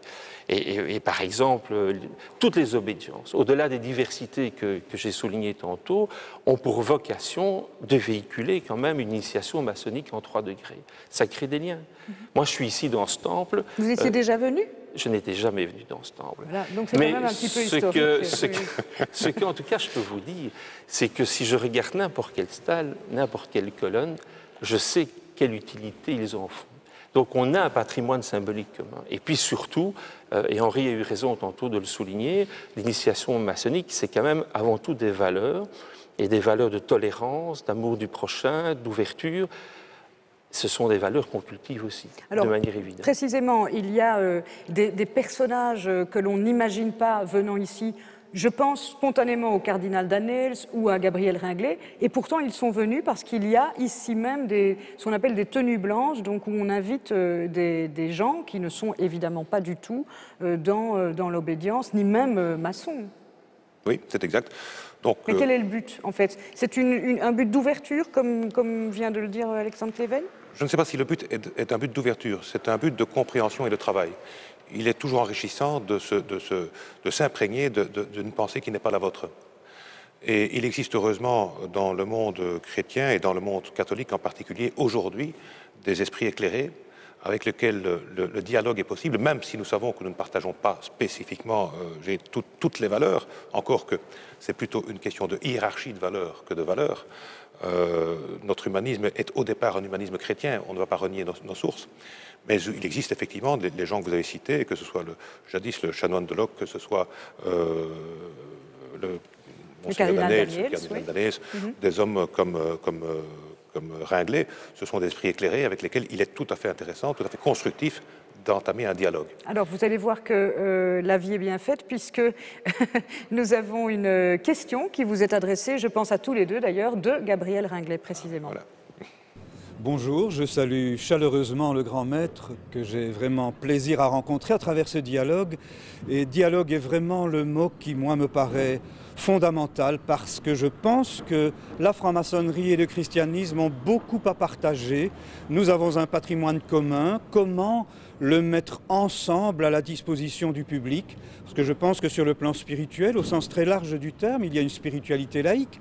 Sur le plan rituel, nous avons bien des choses à échanger. Et ma question sera toute simple. Est-ce que sur ce plan-là, la franc-maçonnerie ne doit pas davantage s'exposer, comme le fait d'ailleurs le grand maître aujourd'hui, c'est-à-dire se montrer pour qu'il y ait moins de prévention et que cela facilite le dialogue? Je pense que de part et d'autre, il y a des identités tellement rigides aujourd'hui. Il est très très grand temps de jeter des ponts pour une société plus solidaire, plus fraternelle. Je vous remercie. Voilà, donc une question de Gabriel Ringlet à laquelle vous pouvez répondre chacun. Quels seraient les thèmes sur lesquels maçons et membres de l'Église pourraient travailler ensemble? Ils sont très nombreux. Ils sont très nombreux, mais il est un fait, c'est que l'Église implique toujours une doctrine et donc une morale spécifique. La religion est fondatrice d'une morale. On n'y échappe pas vraiment. Et donc, on ne pourrait pas, je dirais, aujourd'hui dire que les vertus théologales sont la charité, la foi, l'espérance, sont effectivement les valeurs que porte la maçonnerie. Mais c'est vrai qu'elles sont fort proches d'autres vertus. La fraternité, l'amour, je n'aime pas la confondre avec la charité. L'espérance, elle m'inquiète un peu. C'est la carotte qui fait avancer l'âne, c'est en tout cas l'inquiétude que j'en ai. Donc, mais il y a effectivement un certain nombre de valeurs qui sont absolument communes et la question telle qu'elle est posée constitue déjà le témoignage de cet esprit d'ouverture, de cet esprit progressiste qui habite celui qui pose la question. Mm-hmm. Alors oui, mais il y a toujours encore un vieux relent d'inquiétude, il y a un chat échaudé qui craint l'eau froide, il n'y a malheureusement pas que Monseigneur Ringlet au sein de l'Église catholique. Aujourd'hui encore, il faut le dire, la maçonnerie est sinon excommuniée, le maçon est sinon excommunié, sinon susceptible de sanctions en vertu du droit canon. Depuis, nous avons écrit aux autorités ecclésiastiques pour leur demander exactement à ce jour, aujourd'hui, qu'est devenue la condamnation du maçon, qu'est devenue la sanction d'excommunication. On nous a répondu, bien sûr, l'excommunication n'existe plus, on ne le dit pas aussi franchement, mais il va de soi que l'appartenance à la maçonnerie est toujours incompatible avec la foi catholique. Alors, même en ce qui concerne, pour vous, Alexandre Cleven, la Grande Loge régulière? Bien sûr que non, en ce qui nous concerne, en tout cas. Vous savez, par rapport à la question telle que M. Ringlet la pose, j'ai à la fois un petit souci. C'est sur quel thème on peut travailler ensemble. Oui, c'est un peu ce que je vous demandais aussi. Oui, mais il faut avoir conscience qu'en franc-maçonnerie régulière, on ne s'occupe pas de questions de société. C'est une très grande différence. Louable, hein, ce n'est pas un jugement de valeur. Je dis, on ne s'occupe pas de questions de société. Nous, on s'occupe de l'individu. Vraiment, on travaille sur l'individu. C'est vraiment l'initiation en sens d'un processus de perfectionnement intérieur, de travail de soi, de responsabilisation personnelle, et qu'on place effectivement dans une démarche spiritualiste. Donc, le meilleur pont, par contre, là où je le rejoins tout à fait, c'est sur le pont. Mais pour nous, il y a bien longtemps que les loges sont ouvertes effectivement à tout croyant. Et c'est peut-être, on en reparlera tantôt, je salue vraiment l'initiative d'Henri de donner cet éclairage complet sur la maçonnerie, où on peut être en Belgique, comme partout dans le monde d'ailleurs, croyant et franc-maçon. Alors, une dernière question à vous deux. Au même titre que, on l'a dit tout à l'heure, le cardinal d'Anès ou Gabriel Ringlet qui viennent ici pour des tenues blanches, est-ce que, par exemple, le grand maître de la Grande Loge régulière pourrait être invité, ou est-ce que je pose une question vraiment incongrue? Alors, je suis obligé d'y répondre avec beaucoup de sincérité. Il y a une sorte, je dirais, d'asymétrie. Je dirais que la présence d'un maçon régulier dans notre tenue ne nous pose pas de problème, et c'est normal puisque nous n'avons pas mis les landmarks, nous n'avons pas mis les exigences qui viennent d'être évoquées, et ce n'est pas une critique du tout, c'est que chacun suit sa pratique et elles sont respectables. Donc effectivement, moi je n'aurais pas de difficulté à inviter mon ami Alexandre à l'occasion d'une tenue, mais je ne suis pas sûr que l'inverse soit vrai. Non, l'inverse n'est pas vrai. Et encore une fois, il n'y a pas de jugement de valeur. Et s'il m'invite à une tenue, je ne viendrai pas. Je vais vous dire pourquoi. Parce qu'effectivement, nos loges ne sont pas ouvertes aux maçons non réguliers, parce qu'une tenue est un acte initiatique. Et que pour nous, effectivement, il est un peu inconcevable de venir participer à des travaux dans lesquels on ne s'implique pas, on ne s'intègre pas pleinement dans les principes. Et par souci de réciprocité, on s'interdit bien évidemment de faire la même chose dans l'autre sens. Ceci dit, on s'adore, on se connaît depuis 25 ans et ça ne nous empêche pas de nous voir. Alors voilà, je pense qu'on peut terminer cet entretien là-dessus, en tout cas avec vous, Alexandre Cleven. Je pense que la raison ou le fait de pouvoir réaliser cette rencontre, c'est l'amitié que vous avez de longue date en dehors de toute activité maçonnique, précisément. Bien sûr, et je pense qu'il y a beaucoup de gens qui sont dans ce cas-là. Voilà. En tout cas, je vous remercie d'avoir accepté l'invitation du Grand Maître du Grand Orient. Je vous propose de regarder maintenant, on avait vu en ouverture d'émission un parcours dans Bruxelles et les signes maçonniques de Bruxelles. Je vous propose de regarder une autre partie de ce parcours maçonnique, les grands boulevards, par exemple, qui sont une référence absolument incontournable. Nous nous trouvons en face d'un monument tout à fait particulier qui est à la gloire d'un grand bourgmestre de Bruxelles, Jules Anspach. Il faut savoir qu'entre 1830 et 1994, sur les 15 bourgmestres, seulement 2 n'étaient pas francs-maçons. Tous les autres l'étaient. Sur les côtés, on va retrouver des symboles maçonniques. C'est une jeune femme. Elle a en chevelure des feuilles de chêne. Sur sa chevelure, il y a une chouette qui est la marque de la sagesse.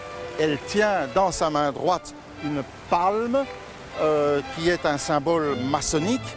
Elle a dans sa main gauche le gouvernail qui lui permet de gouverner entre guillemets correctement Bruxelles.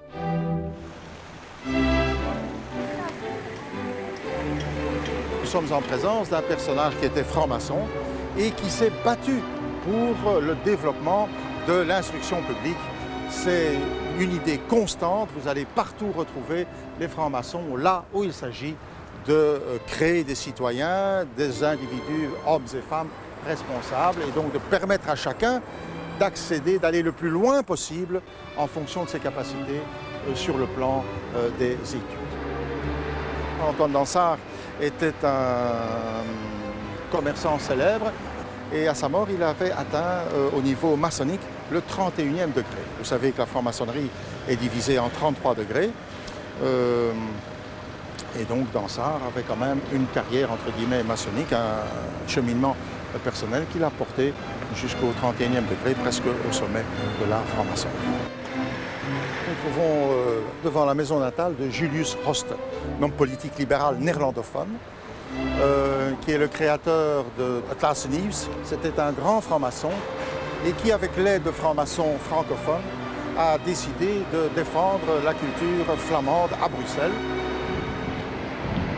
L'impact de la franc-maçonnerie dans Bruxelles a quand même été très large, très important.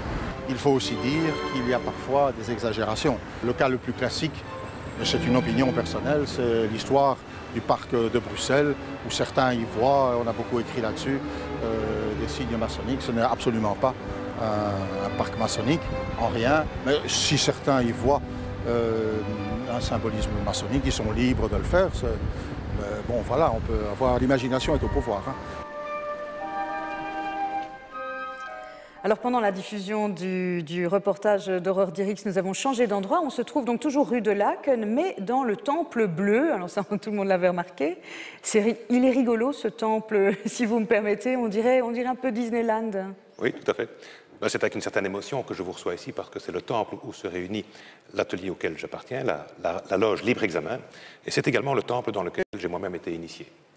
Donc il est effectivement fort beau. Vous retrouvez grosso modo les mêmes symboles que tout à l'heure, mais dans un style qui, objectivement, est différent de l'égyptomanie qui caractérisait le précédent. Ça veut dire que vous avez une thématique de réflexion, de prédilection, je dirais, ici? Non, le décor n'a rien à voir avec le contenu.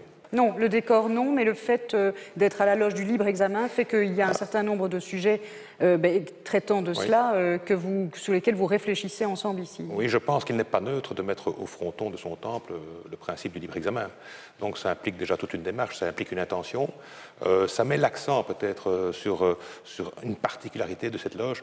Les loges ont toutes un peu leurs caractéristiques, si vous voulez, et on peut dire que le Libre Examen est une loge qui s'occupe davantage de problèmes de société, qu'elle ne soit tournée vers des problèmes de type traditionnel ou de type symbolique. Alors juste pour ceux qui seraient éventuellement pas tout à fait au courant, le Libre Examen alors en tant que notion, en quelques mots, vous pouvez le résumer comment? Ou le qualifier comment?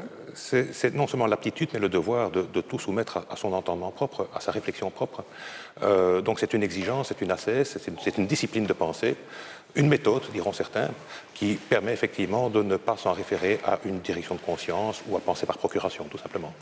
Alors vous savez qu'il y a une tradition dans cette émission, c'est que l'invité précédent pose une question à l'invité du jour. Alors la dernière fois, nous étions chez la ministre présidente de la Communauté française, donc voici la question que vous adresse Marie-Arena. On sait que la franc-maçonnerie a soutenu activement les combats pour l'avortement et pour l'euthanasie. Est-ce qu'au XXIe siècle, la franc-maçonnerie ne gagnerait pas si elle était plus transparente et si elle annonçait clairement les combats qu'elle souhaite soutenir? Eh bien voilà, une demande de plus de militantisme pour la maçonnerie, c'est singulièrement différent de ce qu'on entendait tout à l'heure comme témoignage. Je le disais, les esprits éclairés ont tendance à solliciter, à obtenir, à demander à la maçonnerie ce qu'elle n'apporte pas toujours, en apparence du moins.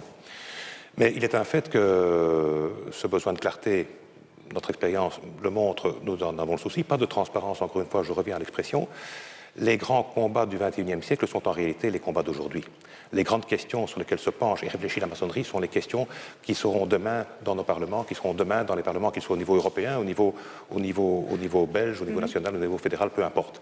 Et donc, oui, il y a place pour la clarté, mais je pense qu'il n'y a pas d'ambiguïté non plus sur les enjeux. Tout ce à quoi on a fait allusion, à savoir, je pense, l'avortement, l'interruption volontaire de grossesse. On aurait pu parler également de la sécularisation des sépultures, des enterrements civils, que sais-je encore, de la légitimité de l'incinération. Ce sont toutes des questions qui ont d'abord été débattues en loge avant d'émerger, je dirais, dans ces cénacles où, je le rappelle, on fait les lois. Parce que la maçonnerie n'a pas la prétention de faire les lois non plus. Alors, c'est vrai, mais si on se réfère, par exemple, à ce qui se passait au siècle dernier, on sait bien qu'un certain nombre, enfin, la franc-maçonnerie, finalement, donnait parfois des mots d'ordre aux politiques et à la politique libérale. Donc, finalement, en sous-jacence, la question, c'est ça. Qu'en est-il aujourd'hui? Est-ce qu'il y a une véritable sphère d'influence? Et si ce n'est pas le cas, est-ce que, pour autant, cela remet en question l'existence même de la franc-maçonnerie? Oui, mais écoutez, on peut répondre à différents niveaux à cette question. Vous évoquez le siècle précédent. Je pense qu'à ce moment-là, la maçonnerie occupait un véritable pouvoir.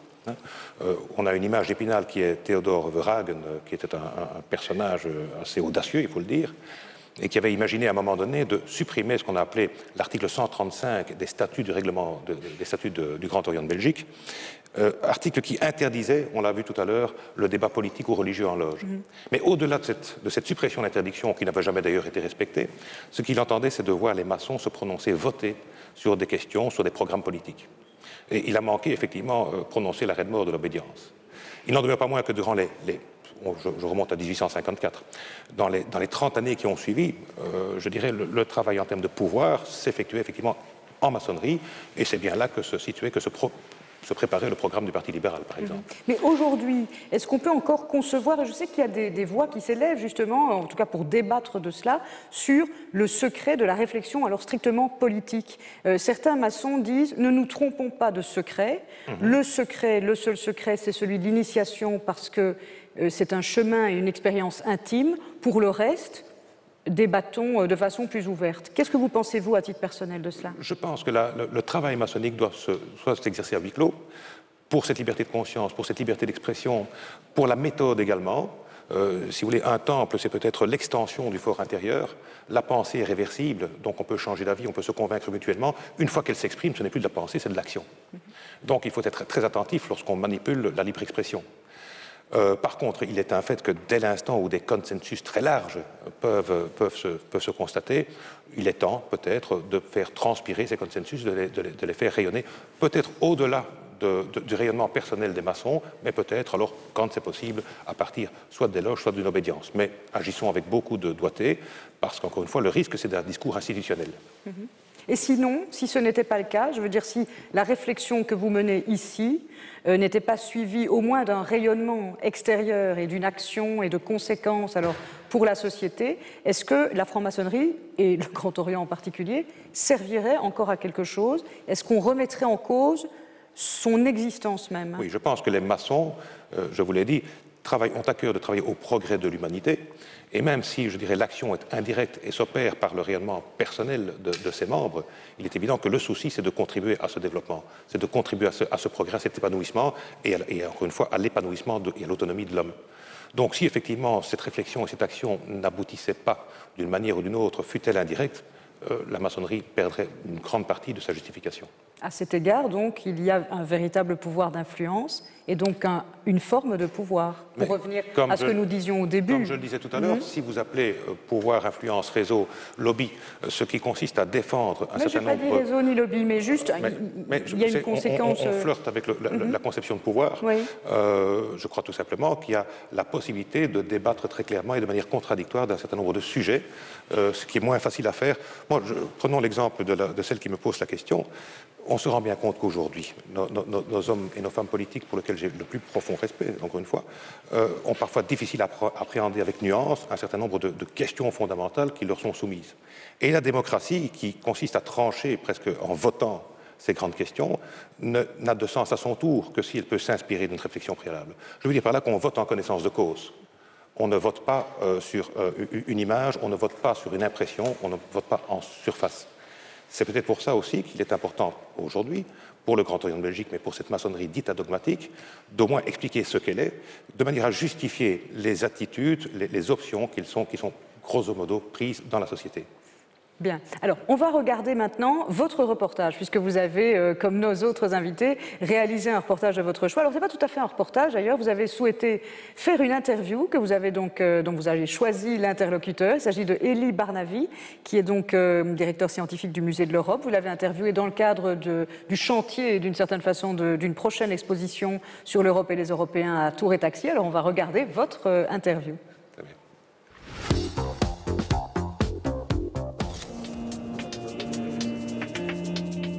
J'ai rendez-vous avec Elie Barnavi, l'auteur des Religions meurtrières. J'ai effectivement choisi de le rencontrer ici à Tours et Taxis parce que c'est le lieu où il organise une exposition dont le thème central sont les institutions européennes et les peuples européens.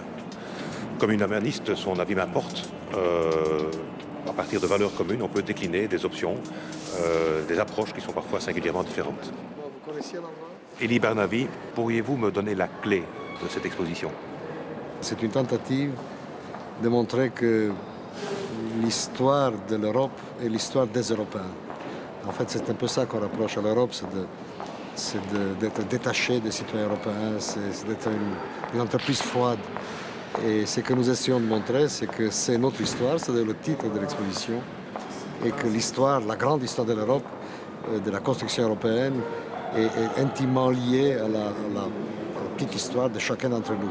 Dans votre dernier ouvrage, vous dénoncez deux choses importantes. La première, c'est qu'il y aurait une fraude intellectuelle à parler aujourd'hui d'un dialogue des civilisations, là où vous ne voyez qu'un monologue.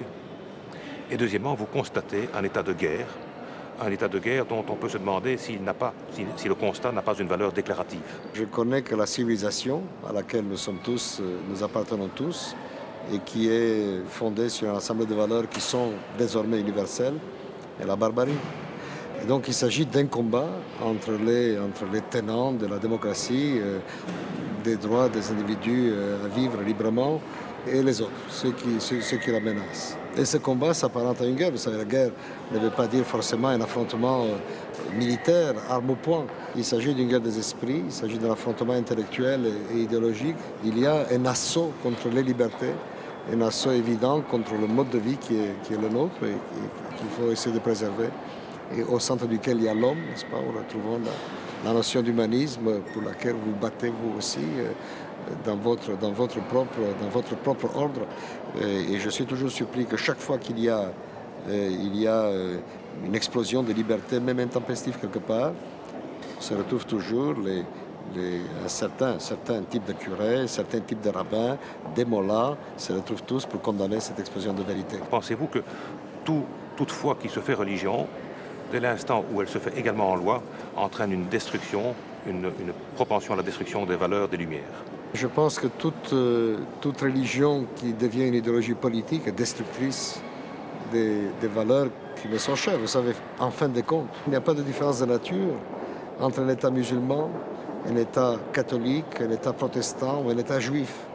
Dès lors que l'État se définit par un ensemble de valeurs transcendantales absolues, elle est nécessairement contradictoire avec la notion de démocratie libérale. Et donc, ce qu'il faut faire pour que les deux se retrouvent, pour que la religion et l'État puissent vivre harmonieusement, c'est de les séparer. Ça ne veut pas dire que les églises n'ont pas droit à la parole. Bien sûr qu'elles ont droit à la parole. Mais ça veut dire que la loi est aux mains du corps des citoyens. Et si chacun se tient là où il doit être, à ce moment-là, la religion sera libre et l'État aussi. Si le Grand Orient de Belgique pouvait s'exprimer d'une manière publique, c'est-à-dire par voie de décision collective, pensez-vous qu'il pourrait s'accorder sur un certain nombre de vos conclusions? les valeurs que vous évoquez, qui sont les miennes, sont en gros les valeurs des Lumières. Nous avons choisi dans les Lumières ce qui nous convient, c'est-à-dire les valeurs de dignité de l'individu, de progrès social, d'égalité entre les sexes. Voilà nos valeurs fondamentales. Et je pense que nous retrouvons très facilement, bien que personnellement je ne sois pas maçon, mais c'est peut-être un accident de la vie, tout simplement. J'ai rencontré un humaniste, un historien, un défenseur des Lumières, un libre exaministe de toute évidence, qui regrette, alors qu'il n'est pas maçon, que la maçonnerie ne soit pas plus militante. Et c'est déjà en soi tout à fait intéressant. Alors c'est peut-être parce qu'il n'est pas maçon qu'il souhaite une maçonnerie plus militante. Oui, mais nous avons vu le témoignage d'autres personnes qui n'étaient pas maçonnes et qui, effectivement, craignaient par trop de pouvoir, par trop d'influence. Donc vous voyez que les critiques sont diamétralement opposées selon le type d'interlocuteur auquel on est confronté. Et je pense que ça, c'est un miroir tout à fait intéressant pour les maçons eux-mêmes. Il y a certainement place pour une clarté plus grande, non pas une transparence, on l'a dit, mais pour une clarté plus grande quant aux valeurs.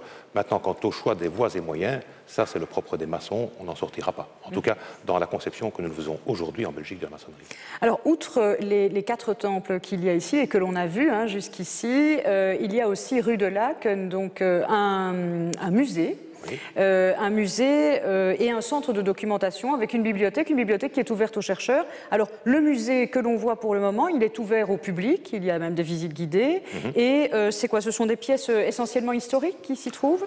Il y a un petit peu de tout. Il y a des objets de rituels, il y a des objets courants.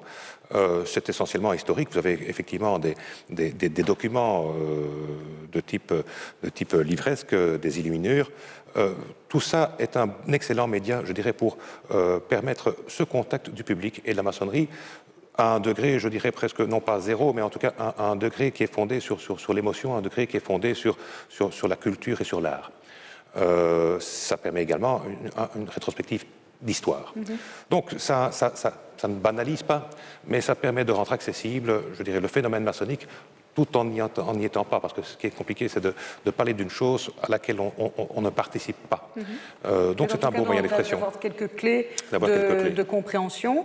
Alors il y a aussi ici, pour le moment, dans ce bâtiment de la rue de Laeken, ce que l'on appelle, pour aller vite, les archives de Moscou, c'est-à-dire, ce sont en fait les archives du Grand Orient qui avaient été volées donc, pendant la guerre par les nazis et qui ont été emmenées à Moscou et que vous avez récupérées en 2004. On va regarder un court reportage là-dessus et puis on en parle. Il s'agit d'un fonds d'archives qui représente véritablement la mémoire du Grand Orient de Belgique. Alors, Archives de Moscou, c'est une histoire qui démarre dans le courant de la Deuxième Guerre mondiale. Toutes ces archives sont entreposées dans les locaux du Grand Orient de Belgique et elles font l'objet d'un vol systématique, d'un rapt systématique par les forces d'occupation allemandes. Elles quittent la Belgique, bien sûr. En fin de guerre, elles atterrissent à Berlin. Alors Berlin, à la fin de la guerre, se trouve être en zone soviétique. Et donc, elles vont quitter Berlin pour Moscou et rejoindre le fonds Ozobi, qui est le fonds du KGB. Ce fonds d'archives va complètement les réinventorier. C'est ce que vous voyez ici avec les étiquettes russes. Et va les conserver jusqu'au jour où, au début des années 90, en 1992, 2 chercheurs belges découvrent la trace d'archives. Nous sommes informés et à partir de là, évidemment, commence une négociation pour obtenir dans un premier temps le droit de nous rendre en Russie pour les identifier, les inventorier. C'est toujours le communisme, les choses s'arrêtent là. Et ensuite, à partir de 1992, nous entamons des négociations au niveau politique qui vont conduire à la récupération de ce fonds d'archives en 2004. Alors pendant ce reportage sur les archives de Moscou, nous avons changé d'endroit, nous sommes revenus dans le Grand Temple. Juste un mot donc à propos des archives, du centre de documentation dont on a parlé avec la bibliothèque et le musée. Bientôt, tout ça sera transféré. Juste ici à côté, on va voir les images à l'hôtel Dewey, qui est en fait un hôtel en rénovation pour l'instant. Tout à fait. Ça participe à ce même esprit de clarification, On vous voit de ici poser la communication. première pierre Oui. en juin dernier. Oui. Donc c'est un endroit où va s'installer le prochain musée, le musée de la maçonnerie. C'est un excellent support, évidemment, à des fins didactiques, à des fins de compréhension, à la fois pour ce patrimoine culturel, historique et artistique que recèle encore la maçonnerie et qui, jusqu'à ce jour, est encore relativement, je dirais, éloigné du public. Alors cela dit, on voit qu'il y a encore énormément de travail, de rénovation à faire. C'est un bâtiment du XVIIIe siècle qui est classé, Hôtel de Houé, donc du nom de son architecte, qui est aussi celui, je pense, du château de Senef ou de l'abbaye de Tournai. C'est exact. Alors un bâtiment qui serait précant, là, quand on voit cet état, on se demande si c'est pour tout de suite, non? Eh bien si, je crois que ce ne sera pas si long que ça. D'ici une vingtaine de mois, en principe, le chantier devrait être terminé. Oui, mais ça veut dire qu'il ne sera pas prêt, cet hôtel de Houé, pour le 175e anniversaire du Grand Orient. C'est clair, il sera prêt pour le 176e. Voilà. Disons qu'il aura été inauguré quelques mois avant. Voilà, alors tous nos spectateurs savent compter, donc ça veut dire que le Grand Orient est très, très légèrement plus jeune que la Belgique. Est-ce que c'est la raison pour laquelle, et dans le contexte actuel, politique, communautaire, que vous avez souhaité avoir à vos côtés pour terminer cette émission Tony Marie? Oh, c'est une manière de présenter les choses qui ne me déplaît pas du tout. Si j'ai souhaité que Tony Marie soit présent, c'est parce que c'est un homme qui se caractérise par un franc-parler. C'est quelqu'un qui ne mâche pas ses mots. C'est quelqu'un qui est médiatiquement connu et dont la qualité maçonnique est connue également. Mais c'est aussi quelqu'un qui respecte en toutes circonstances ses interlocuteurs et qui a cette caractéristique d'être un homme du Nord. Aujourd'hui, je trouve qu'il est intéressant, puisque la question nous est souvent posée, de montrer que les maçons, indépendamment des lectures politiques qu'ils peuvent avoir sur la Belgique, qu'ils soient rattachistes, fédéralistes ou autres, sont capables de se parler dans le respect les uns des autres, sont capables de se parler parce qu'ils ont la pratique des opinions diverses. Et à ce stade, le Grand Orient de Belgique est vraiment un lieu où cette fraternité est active, est opérationnelle, indépendamment des avis qu'on pourrait, je ne connais même pas l'avis de Tony sur l'histoire de la Belgique ou sur son avenir, mais voilà, je trouvais que c'était un homme qui pouvait singulariser, qui pouvait symboliser en tout cas ce franc-parler. Alors Tony Marie, justement, si le grand maître du Grand Orient dit que vous êtes médiatiquement connu, c'est parce que vous avez été, il y a quelques années, l'administrateur général de la VRT. Vous êtes actuellement président de Memnon, qui est une société d'archivage numérique d'archives sonores, voilà. Oui. Et vous êtes maçon au Grand Orient depuis quand? Depuis 1981. Et je suis fils de maçon aussi. Est-ce que cette filiation, justement, a été importante ou décisive dans votre parcours? J'ai écouté tout ce que le grand maître a dit. Et je crois que de plus jeune âge, à la maison, il y avait des maçons qui venaient, qui avaient ce débat ouvert, qui étaient de différents bords, avaient des idées différentes. Et j'ai toujours vu ce débat constructif, même s'ils n'étaient pas d'accord, se faire. Et à un certain moment, j'ai trouvé que, pour moi aussi, c'est un peu plus facile d'être coopté quand on est fils, mais que le moment était venu, j'avais 32 ou 33 ans. Le plus dur de la carrière professionnelle était derrière moi parce que je n'ai jamais voulu associer l'un et l'autre, ce qui dans les questions que j'ai entendues se fait régulièrement. Il n'en est rien. Est-ce que ça veut dire que justement, étant donné que votre carrière est déjà largement entamée, vous avez moins de réticence à dévoiler votre identité maçonnique? Je crois que oui, et je crois que plus en Flandre qu'en Wallonie, jusqu'à très récemment, et d'ailleurs encore aujourd'hui, être maçon n'est pas ce qui est à beaucoup d'endroits faire des carrières ou à être reconnu. Donc moi, j'ai tenu ça pour moi et pour les peu de personnes qui savaient jusqu'au moment où je suis arrivé à la VRT. Et tout le monde sait que dans les médias, il n'y a pas de secret. Donc 3 semaines après, c'était à la une des journaux que le patron de la VRT était un maçon. Et voilà. Enfin, ça avait dû être à la une de journaux que je n'avais pas lu quand je vous ai interviewé dans le cadre des décideurs du vendredi, parce que c'est un élément que je n'avais pas abordé. J'avais même commencé l'émission en disant « Je vous salue Marie », ce qui est évidemment maintenant dans le contexte me semble assez encore plus drôle, mais vous avez dû rire à ce moment-là pour d'autres raisons que ça. Voilà. Bon, alors pourquoi disiez-vous qu'en Flandre, il y avait quand même une pression peut-être un petit peu plus lourde que dans la partie francophone du pays?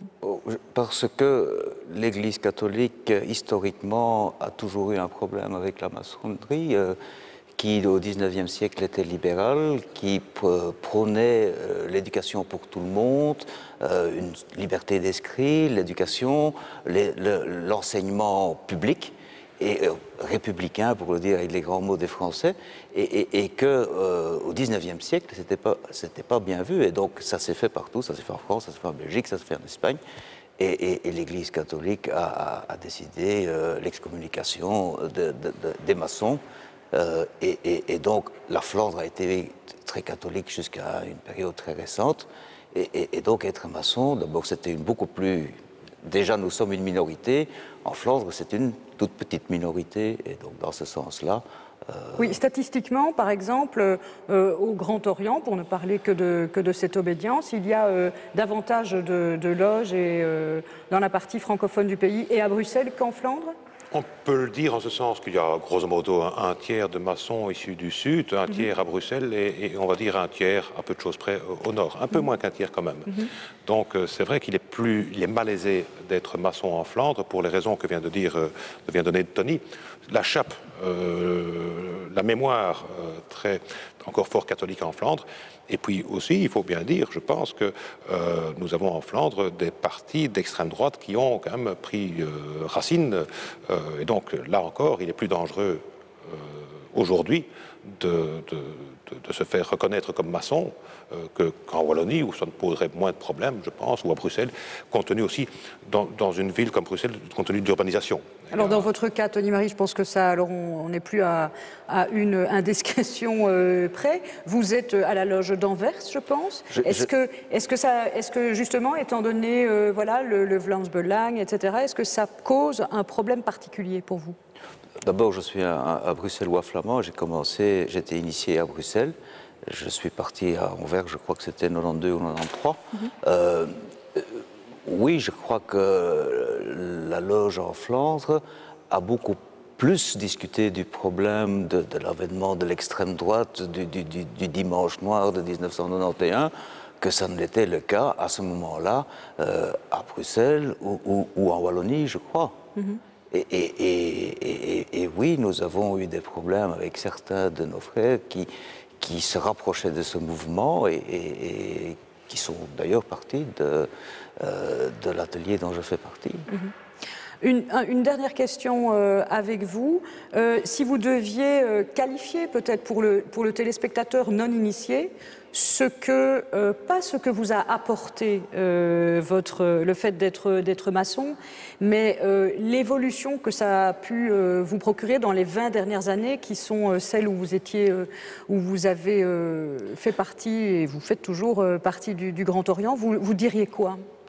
Je crois que la chose la plus importante, c'est le fait de pouvoir débattre ouvertement, sans avoir peur d'exprimer ses idées, et de lentement et gentiment, année après année, s'enrichir de toutes des idées qui peuvent être conflictuelles, mais qui en loge peuvent être exprimées sans que cela ait des effets. D'ailleurs, je crois qu'on a parlé de la façon dont on débat. Il est impossible...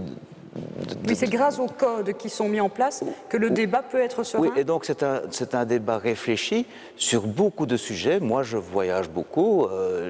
J'essaie d'aller dans mon atelier au moins une fois par mois, mais je vais quasiment toutes les semaines pour le repos de l'âme, si je peux m'exprimer, que ça me donne, parce que travailler en loge, il y a tout un rituel de début des travaux qui met les gens réceptifs pour des idées ou pour des débats. Et dans ces 20 années, j'ai participé à 120 débats fondamentaux sur tous les sujets philosophiques, des sujets de société, de démographie, dont je n'aurais pas pu m'imaginer participer sans ça. Et certainement pas il y a 20 ans, peut-être aujourd'hui, mais à ce moment-là pas. Donc c'est un enrichissement perpétuel au niveau de l'amitié, de l'humanisme et de l'humaniste que je veux être, j'en réussis peut-être pas toujours, mais que je veux être, et aussi l'intellectuel que je veux être aussi. En tout cas, je vous remercie pour votre témoignage, évidemment. Cette construction personnelle, vous la menez depuis vos 26 ans. Ça veut dire que ça fait un certain temps que vous êtes maçon. Oui. C'est une construction qui ne s'arrête jamais. Elle s'arrête avec la mort, j'imagine. C'est ça, c'est le travail ininterrompu. Les maçons appellent cela la construction ininterrompue du temple. Le temple n'est jamais achevé. Donc il y a toujours moyen de se perfectionner. D'ailleurs, si on pouvait toucher la perfection, nous aurions la vérité avec un grand V. Nous n'imaginons pas un seul instant détenir la vérité. Donc c'est un travail de tous les instants. Et c'est effectivement, comme dit Tony, une satisfaction extraordinaire, car ma conviction aujourd'hui, c'est que si la maçonnerie n'existait pas, il faudrait toujours l'inventer. Alors ça, c'est pour votre construction personnelle. Une dernière chose, alors plutôt sur le fait que vous êtes grand maître du Grand Orient. Ça, c'est des mandats, disons, de 3 ans. Ça veut dire que vous avez encore 1 an à accomplir. Après, que se passe-t-il ? Eh bien, après, d'une manière aussi réelle que symbolique, je vous l'ai dit tout à l'heure, c'est une charge dont on s'acquitte. Après, bien, on redescend, comme disent les maçons, sur les colonnes et on passe la patate chaude au suivant. Et donc, il y a une circulation. Ce ne sont pas des honneurs, ce n'est pas du pouvoir. Oui, c'est un très grand honneur, évidemment, d'être choisi par ses frères pour assurer ses fonctions, mais ce n'est pas un rapport au pouvoir. Et le cycle même des 3 ans est déjà en soi un enseignement. Ça soigne de beaucoup de vanité, ça donne le sens du relatif. Et autant les honneurs peuvent être apparents, on évoquait tout à l'heure ce tablier avec son décor rutilant, avec ses ors, eh bien dans le même temps, si on vous donne les ors, mais qu'on vous les enlève au bout d'un certain temps, cela apporte une signification qui est très difficilement compréhensible de l'extérieur. Vous savez que vous devez les rendre. Voilà. Vous n'en avez été le dépositaire que pendant un temps restreint. En tout cas, je vous remercie infiniment de nous avoir ouvert vos portes et puis aussi d'avoir livré vos témoignages. C'est la fin de cette émission. Bonne fin de soirée sur La Une et à très bientôt.